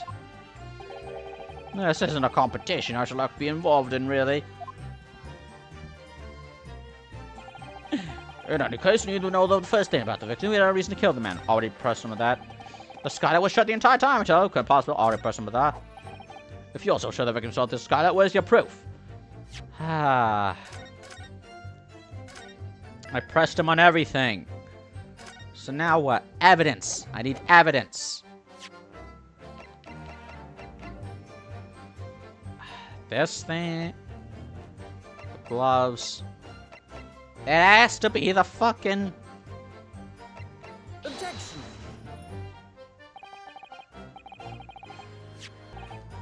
Oh, I see. I gotta press him twice. Fuck me. But we know now that the skylight does in fact open. And what's more, the cache that secures it is found on the roof deck side. This is getting flaming onkus. This is getting absurd, he said. Completely absurd. That's right. Neither of us even knew the Scarlet had a catch. If we didn't know, we couldn't have opened it. And if we didn't open it, we couldn't have kicked the fellow down. Please, where's this idea about kicking the victim through the skylight coming from?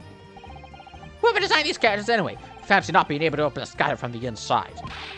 What about breaking wind? Didn't they think about that? There's no point in having a skylight if you can't spare your embarrassment, is there? We're really getting off topic here. If you actually have a point, pray do enlighten the rest of us. I'll tell you what my point is. If you're so sure the victim fell through the skylight, where's your proof? Hold it! So you had never met Mr. Thrice-Fired Mason before? Oh, let me know. Not once, never. Never. Never met the man before? And you, Mr. Person, no prior dealings with the victim either? That's right, sir. Had it still, to be perfectly honest. No, I imagine not. But later, how many different ways can I put this? Notice how the motives connection to the gentlemen who were inside the cabin. That's right, this is about motive, and we had none. No, motive, And, that's not all, is it? Okay, so that was just option. If you're sure that the victim fell through the skylight, where's your proof? Evidence that the victim fell through the skylight, I've exhausted literally every option. What am I missing? God damn it, I did present the omnibus. I presented, that was the first thing. That was the first thing I did.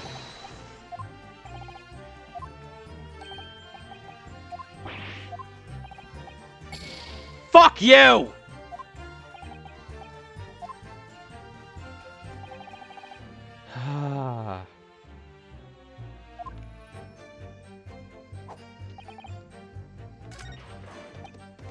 I presented the omnibus on the 5th statement.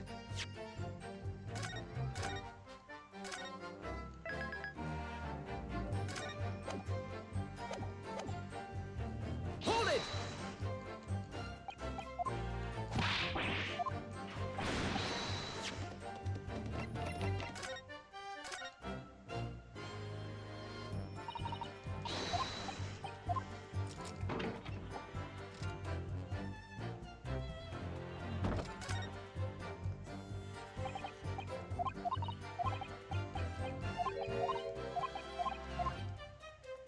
See? The blessing. The blessing. This game is fucking with me. You're fucking with me, Fame!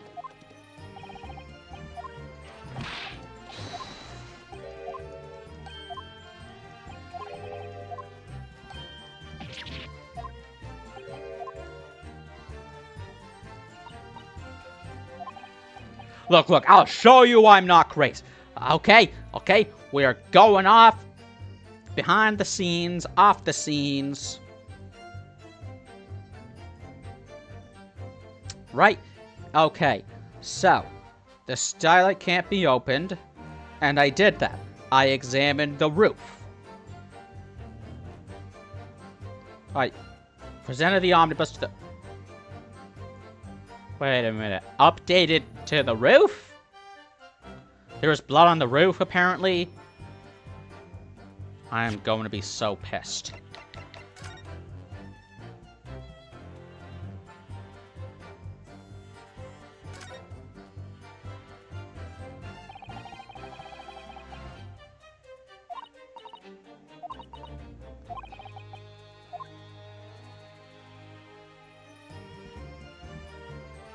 I don't see shit.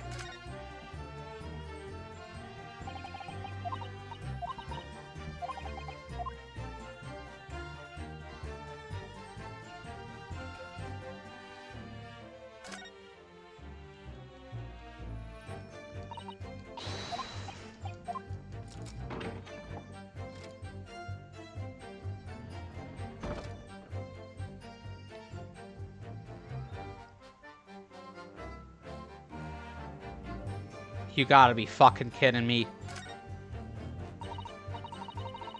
Yes, it does open very wide, does it? Wide enough to kick someone like you through. Certainly, Mr. Naruhodo. Why someone like me? though. What is it? Look, just here. Look at this. That's, without question, it's blood. Why would there be a blood stain there? Surely, it can't be unrelated to the case, can it? God, motherfucker. Surely this fucking bloodstain would have been evidence enough, you goddamn cocksuckers!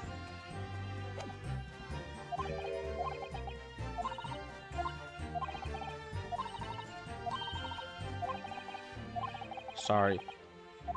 That was homophobic. I'm sorry.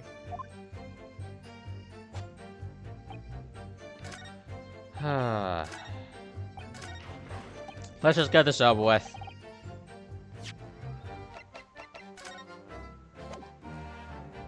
Objection. You gotta be... On the night in question, the victim was fatally stabbed in the stomach. And immediately afterwards, the victim's body was pushed through the skylight into the cabin below. Those are the facts, and the irrefutable proof remains clearly visible in the omnibus that stands before us today in this very courtroom. What? That's utter humbug. You can't possibly have any evidence. No, you can't. I mean, we didn't do it, I tell you, it's impossible. Irrefutable proof here in this courtroom. Counsel, My lord! I believe everyone would appreciate a little clarification here. Where exactly within the omnibus is this evidence to which you allude? You will point out what it is that proves the victim fell from the roof deck through the skylight. It's this tiny piece of blood that no one would notice unless they looked at a walkthrough. Yes, it does open very wide, doesn't it? Wide enough to kick someone like you through, certainly, Mr. Naruhodo. Why someone like me? What is it? Look, just there. Look at this. Without question, it's... Why am I fucking doing this? What are they two talk? What the fuck are they talking about inside that? Got it. Wrong fucking button. By Jupiter, is that blood? Grr! This bloodstain proves two things. Firstly, when the incident occurred, the skylight of the omnibus was open. What? And secondly, the victim was already bleeding when he fell through the opening. Oh my! And so it follows that Mr. McGilded, who was inside the enclosed cabin himself at the time, cannot possibly be guilty of this crime. No!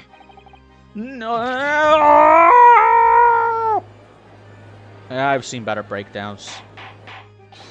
Order! Order! Order! Hold it. But the blood could have sprayed up there when the fellow was strapped inside the cabin. If the knife was left inside him, there would be no blood splatter. Do you even know how murder works? And only found its way to that one particular spot in the skylight. Sure, and that would be very convenient. And let's keep in mind that the skylight catch can only be unfastened from the roof deck. I myself wouldn't have been able to open it now, would I? But, there's no way to know for certain, is there? If the gent really fell through the skylight, I mean. Why don't you have a good look at the floor in the cabin between the two seats, Mr. Fast? It's all too plain if you see it. There's the aftermath that shows the poor fellow had dropped from a fair height right there, so it is. What? No! But it can't be. It's all... Hold it. My fellow jury members, Sorry. me fellow jury members, I think we can all agree that this clear proof of the defendant's innocence, can't we? I believe we can. Yes, sir. It's clear to me now where the filthy rubbish can be found in this courtroom. I feel like the voices for the juror number 2 and Gina should be swapped, because like this is like the voice of like a small, sickly Victorian boy. Please, sir, may I have a crumb of pussy? Spare coochie, ma'am. But like, what? I was trying to go for a working class accent. Whatever. I believe you can. Yes, sir. Okay. Stab. So, they thought they could pull the walls over my eyes, did they?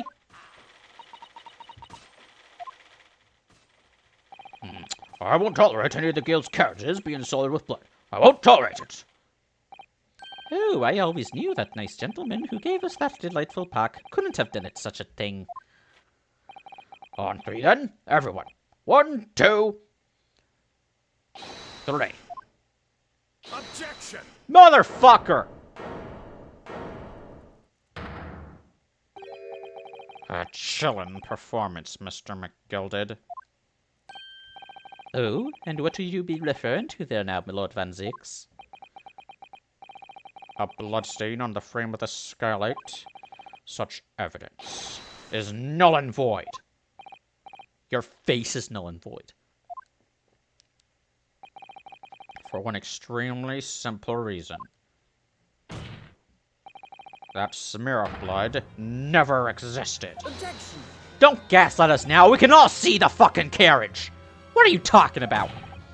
It's all there to see, and it's clearly blood. You're gaslighting us. Gaslight isn't real. Your people made that up because you're crazy. Objection! I personally attended Scotland Yard's investigation of the omnibus. The officers involved went over the carriage with a fine-tooth comb. We combed the area, and we ain't found shit. So I can state with absolute surety, no such smear of blood existed on the carriage. At least not until the trial began. But Are you suggesting, Lord Van Zix, that this stain of blood was fabricated, my lord? Yes. And while this court has been in session. what? You can't just do that. What a palaver. I must say, I didn't expect such crude reasoning from a prosecutor of your standing, Lord Van Zix. But I'm Magnus McGilded, a fellow known all over the capital for his kind contributions to public life. I don't take kindly to slander, and I'll fight to the bitter end. Even if it's rolling off the tongue of the raper of the Bailey. Mr. McGilded, I realize that this is your first appearance in court as the accused. However, I am well unaware of your involvement behind the scenes in a great many affairs of dubious natures. You're very adept when it comes to avoid getting your own hands dirty. And each time it happens that a case you're involved in is investigated, you adapt the facts. Adapt the facts? What does that even mean?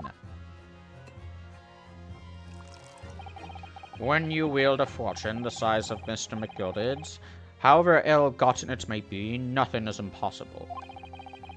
Tampering with evidence, manipulating the scene of a crime, bribing witnesses. Pot calm the kettle black, prosecutor. I toast your ability to concoct the most convenient of stories, sir. Tut tut, Lord Van Zix. This will not do, to be sure. Well, listen now, Consul. Oh, no!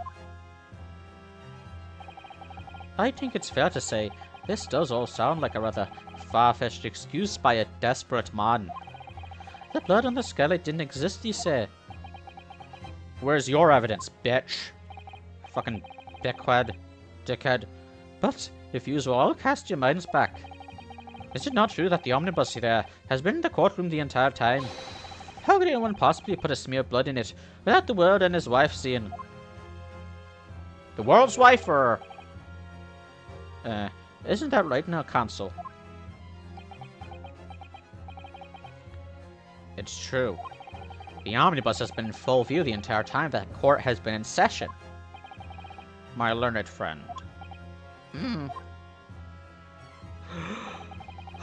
Here's to hearing your opinion on this matter in your own words. You're the one who made the fucking claim that this was fake evidence, dude!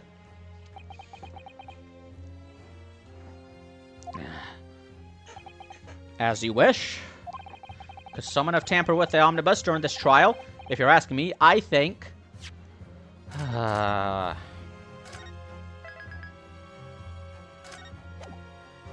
It's out of the question.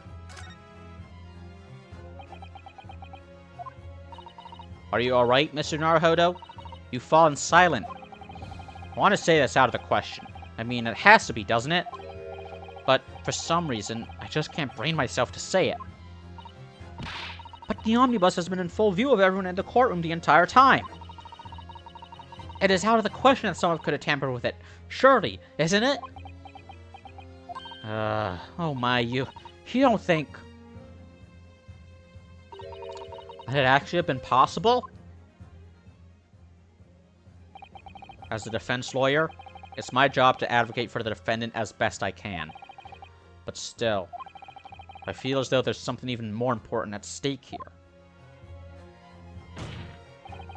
There is no evidence to suggest that the defendant did as my learned friend suggests.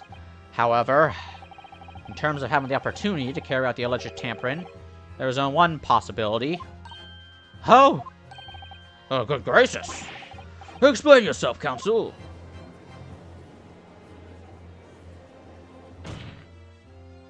Yes, there is. It seems my learned Nepalese friend has no intention of running from his deceit.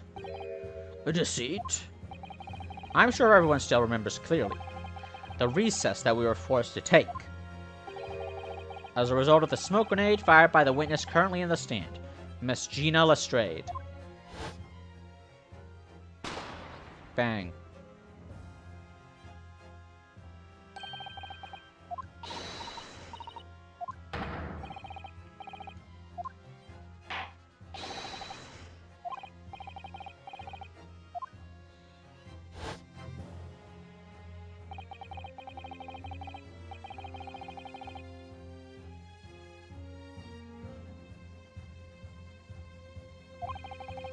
Sorry, I didn't read that. Courtroom is filled with smoke, everyone's thrown into confusion. Got it. All of us were made to leave this chamber. In that brief interval, under the veil of smoke, and in all the chaos, it could have been possible to steal inside the omnibus.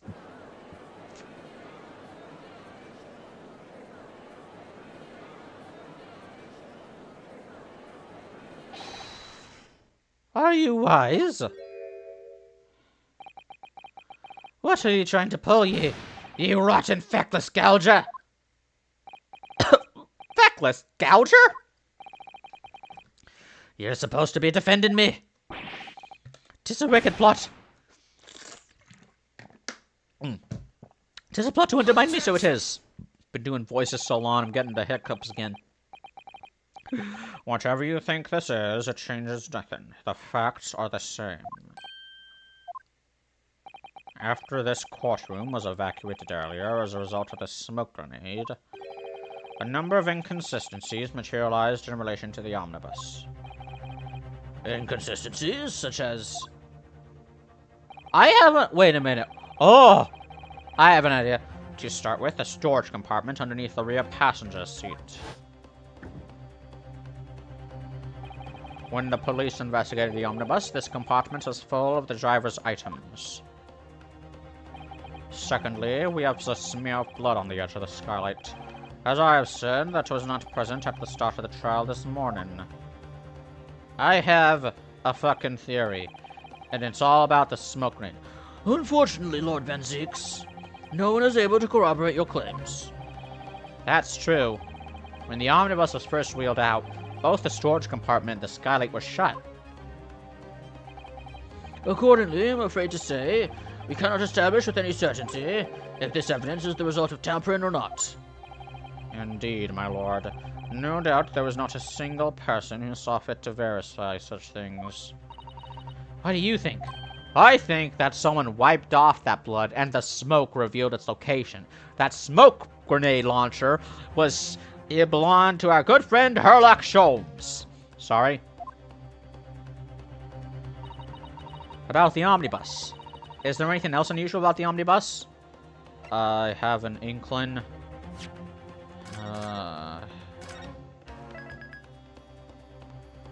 I'm scared that I know what this game wants me to do. My lord? Yes, counsel. There is one further inconsistency. A mark that surely could not have been present at the start of the trial. What? What in the devil's name is he going to say no? If you dare to betray me, little maggot, you'd better start watching your back. Objection! Silence, McGilded. The court awaits the defense's clarification. This trial keeps swinging one way and then the other. I have no idea what's the truth and what's deception. What am I supposed to believe here? I shall have to ask you to elaborate, counsel. Where exactly is the alleged mark that you claim to have appeared at some point during the trial? Alleged mark. I can examine things. Oh! Oh my god, oh my god, oh my god. Well, this bloodstain is so obvious, that's all. And yet, Van Zieks made no mention of it.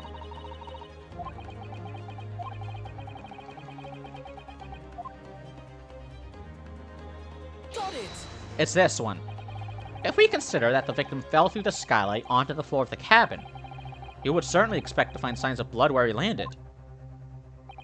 But as far as I recall, this bloodstain on the cabin floor was not there when the omnibus was first brought into the courtroom. Good lord! Yes, I do believe you're correct, counsel.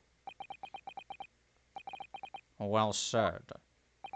Although, as advocate for the defense, one might say that there was a very careless slip of the tongue.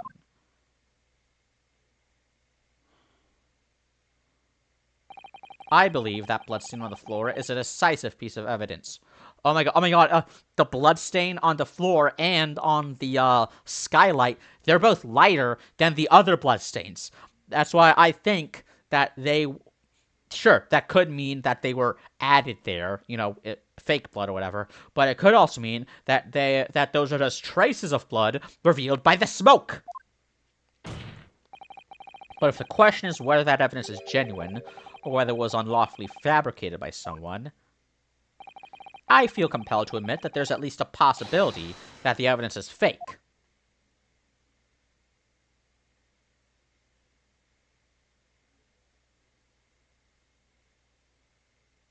Waiting for the butt. Ah! This trial is over! Mr. McGilded? I've done everything I possibly can to cooperate with the court, but... it's all over now. But you're the defendant! Tis over, I tell ye! Memory. Recollection. What people think they saw. Tis all a nonsense. Facts are what counts, and the fact is, that bloodstain is there. Now! Well... And over the course of this desperate trial, long and extremely drawn out as it has been, that good-for-nothing raper of the Bailey has failed to present any decisive evidence at all. I'm scandalized, so I am. I'd thought better of Lord Van Zieks. Well, me lord? I must concur with the defendant. The uniform recollections of an individual cannot stand as evidence. At this moment in time, the particular bloodstain in question is very much in existence, and in the absence of any credible method by which to prove its alleged previous non-existence, I regret to say that it would be improper for this trial to continue. Your lordship can't be serious. Lord Van Zieks, what is your position? The prosecution, my lord, has no further witnesses or evidence to present. Very well. In that case, as I believe we have explored every possible avenue in this matter, I shall proceed to my education. As a formality, I am of course obliged to confirm with the defense first. What formality? As things stand at the moment, it would seem that Mr. McGilded will be found not guilty. Yes. Which would mean we've won. Is that really the right outcome here? Yep. Is it really alright for the trial to come to an end now with all these unexplained inconsistencies? Who cares? Counsel for the defense, your closing statement, please.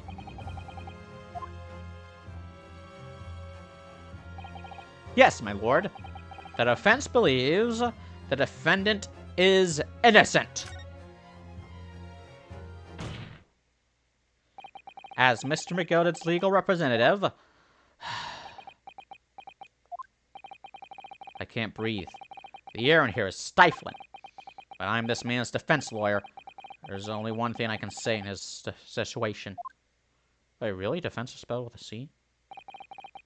I believe the defendant, Magnus McGilded, to be innocent of the allegations brought against him. Lack of conclusive evidence. Thank you, counsel.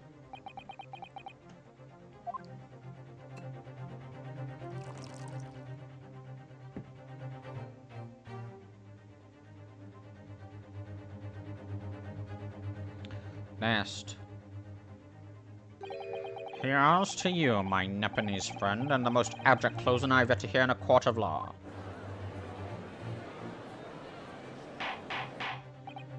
Order! Order!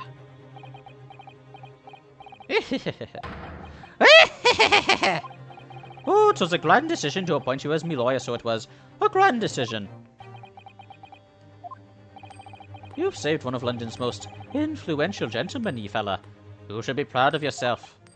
Here, have this for your troubles. Ah, bonk! Your job here is done, fella. And some fine work you've done, so you have. But what do you mean? 'Tis just as the right honourable gentleman so succinctly put it before. The trial can't go on anymore. State prosecution does not provide sufficient evidence. And the closing statement there was, how did he put it now? Nothing more than a formality.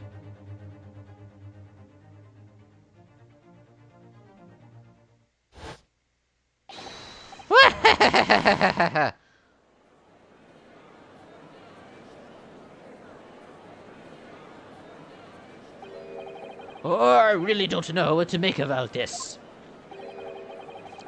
Was the evidence you've seen genuine, or was it fake? His lordship would be human. Any unsightly rubbish should be disposed of promptly, as I said.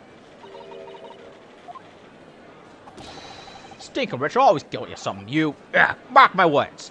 Listen, my client is a terrible person, but there's not enough evidence to prove him guilty of murder. Fortunately, charging loans with high interest is not a crime. Though it should be. Charging loan with any interest should be a crime. I feel terribly ashamed I ever doubted the lovely man who gave us the lovely pack. Sorry, wrong voice.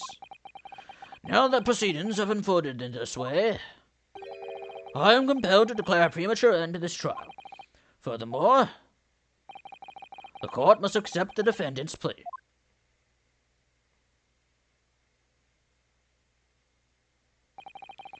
I thank you kindly, my lord.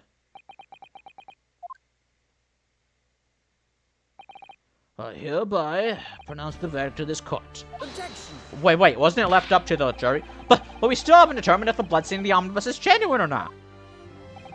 We don't know if these witnesses are telling the truth or a pack of lies. We have no idea about the truth. Lord Van Zeeks, My lord. the case made by the prosecution was flawed, plain and simple. If indeed the omnibus presented as evidence was tampered with, the prosecution is at fault for allowing such a disgraceful perversion of justice to take place. Good. Throw him. Send him to jail. Kill him. Send him to hell. Send him to jail inside of hell. Objection! But wait. When we were evacuated from the courtroom, Lord Van Zeeks ordered the evidence to be secured. So no one could have tampered with that shit. I'm afraid the prosecution cannot assume responsibility in this matter. That's so unfair. Life is unfair, especially in the Western world. The culpability of the defendant has not at the present time been established by this court. Consequently, the jury will not be required to proffer judgment. What? Oh, great. Jury's useless once again. Well, Lord Van Zeeks, it's been a pleasure, so it has. And as for you, my dear fella, I couldn't have asked for a better defense. Do you mean to tell me this has been all a grand waste of time? 'Tis the law of the land, my good man. If you'd like to pursue this matter further, you can always go ahead and try to change the law. Magnus McGilded. Good grief, you've more to say, have ye? Just one thing. A warning. This is far from over. Well, something to be looked forward to then. I hereby pronounce the defendant, Mr. Magnus McGilded.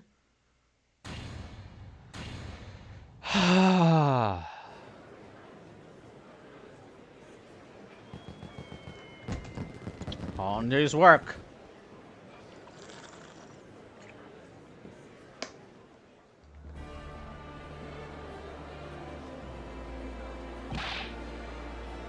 Can't believe it. This is an outrage. Should have examined the evidence more. What are you talking about? The man has been cleared. He's innocent.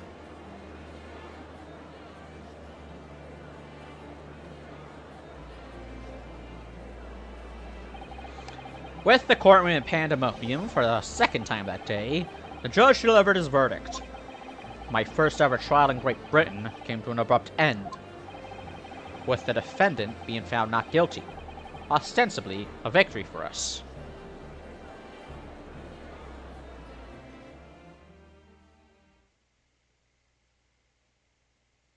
Game over. Just kidding. The old...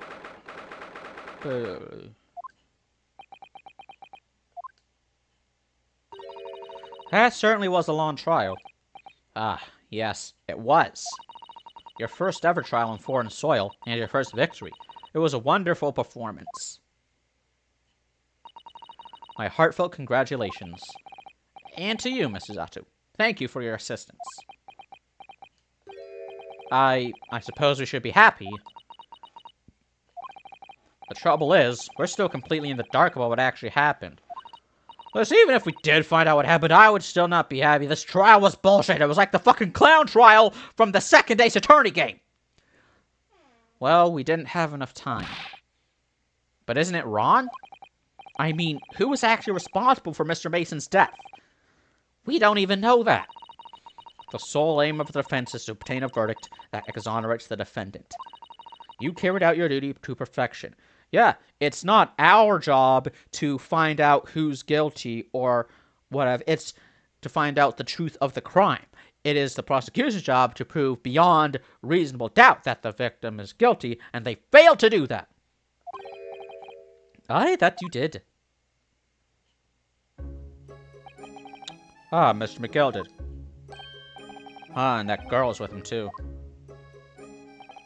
Well, it seems the stories are true. Oh, what stories? About the 6 enormous fireworks they do be letting off when there's a verdict of not guilty. Oh, yeah.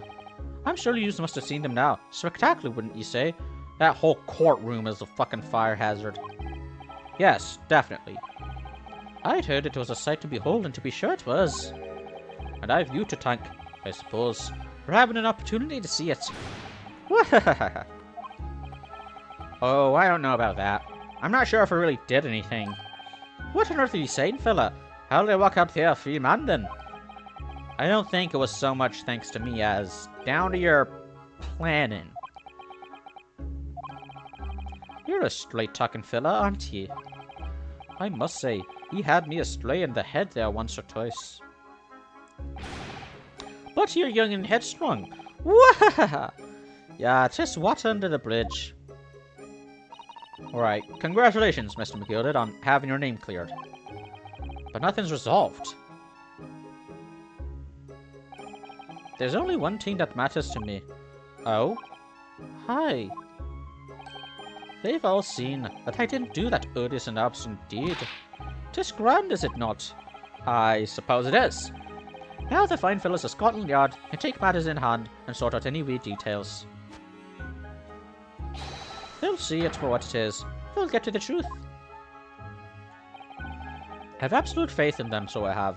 After all, I do be providing a good number of their wages with all the taxes they pay. Wahahaha! It's not that funny. So then, as we agreed beforehand, 1,000 guineas for your troubles, fella. Oh, no, I couldn't possibly accept that, Max. Shut the fuck up, Ionosuke. Don't look a gift horse in the face. Oh, be whist. You're a humble people, are you from the East? Well, if you insist. Ah, but have this still and all. You deserve a reward. Mr. Magnus McGilded. Everything is ready, sir. If you'd like to follow me into the courtroom. Into the courtroom? What's this, officer? 'Tis sooner than I was led to believe. I hope it's not inconvenient, sir. There were some changes to the schedule. Well, I must be making tracks now. 'Tis time for the inspection. Sorry? What inspection? They're going to examine the omnibus again, so I'm told. I asked if I could be present for it myself. They're going to examine it again? Now? Naturally, I'm under no obligation to take part in any more of this matter now. But as an upstanding member of London society, I do be doing my best to help where I can. 'Tis a gentleman's duty, so it is. So then, fare thee well. 'Twas an absolute pleasure meeting yours. I hope you'll have a whale of a time in your studying here in Great Britain.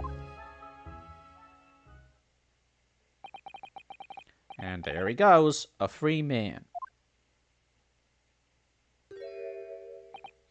Oh, I forgot she was here too. Ah! I'm telling you, that smoke gun is an important... Don't move! That'll be important later.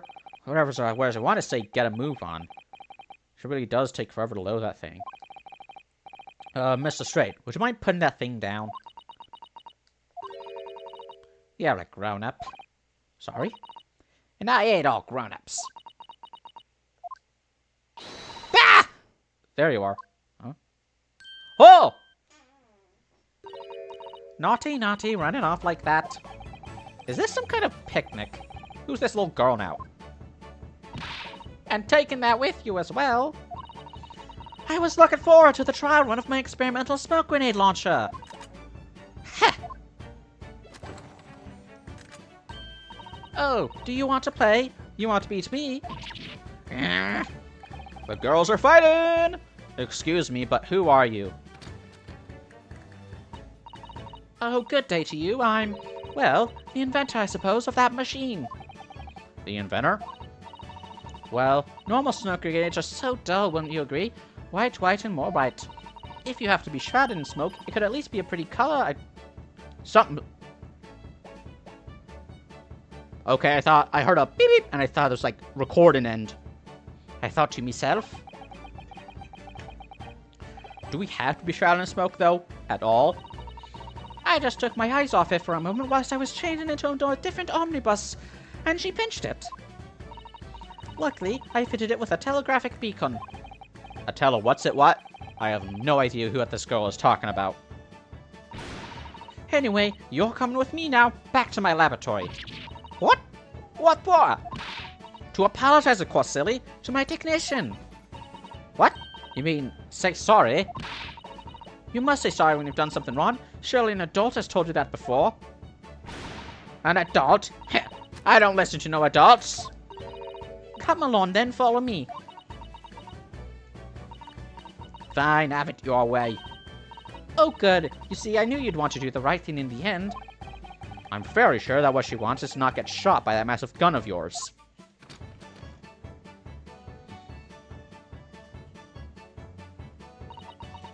We'll be leaving now then.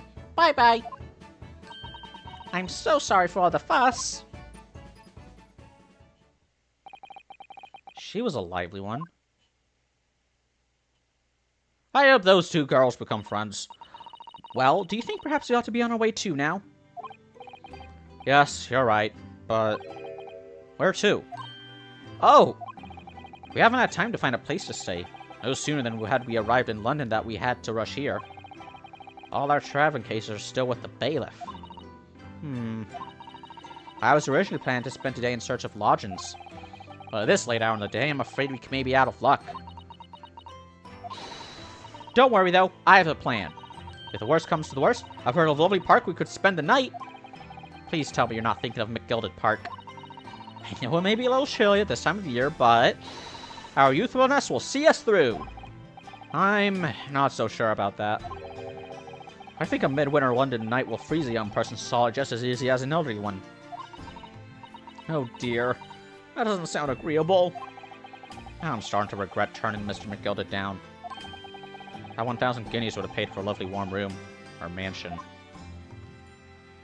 You and your humility. And so, the trial to determine my worthiness for the study tour was over by the end of our first day in London.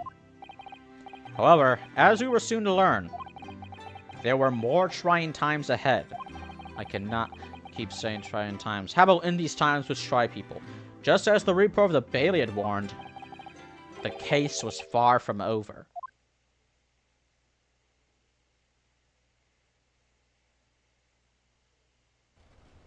Oh! Cutscene, cutscene, cutscene! What's going on? Get the fire brigade! Water! Bring water, quick! What the? How did this happen? I don't know, sir. By the time I got here, it was already engulfed. No one was supposed to be allowed in here before we started investigating. What the fuck? Someone's still in there! No. Oh, good God. There's someone in there.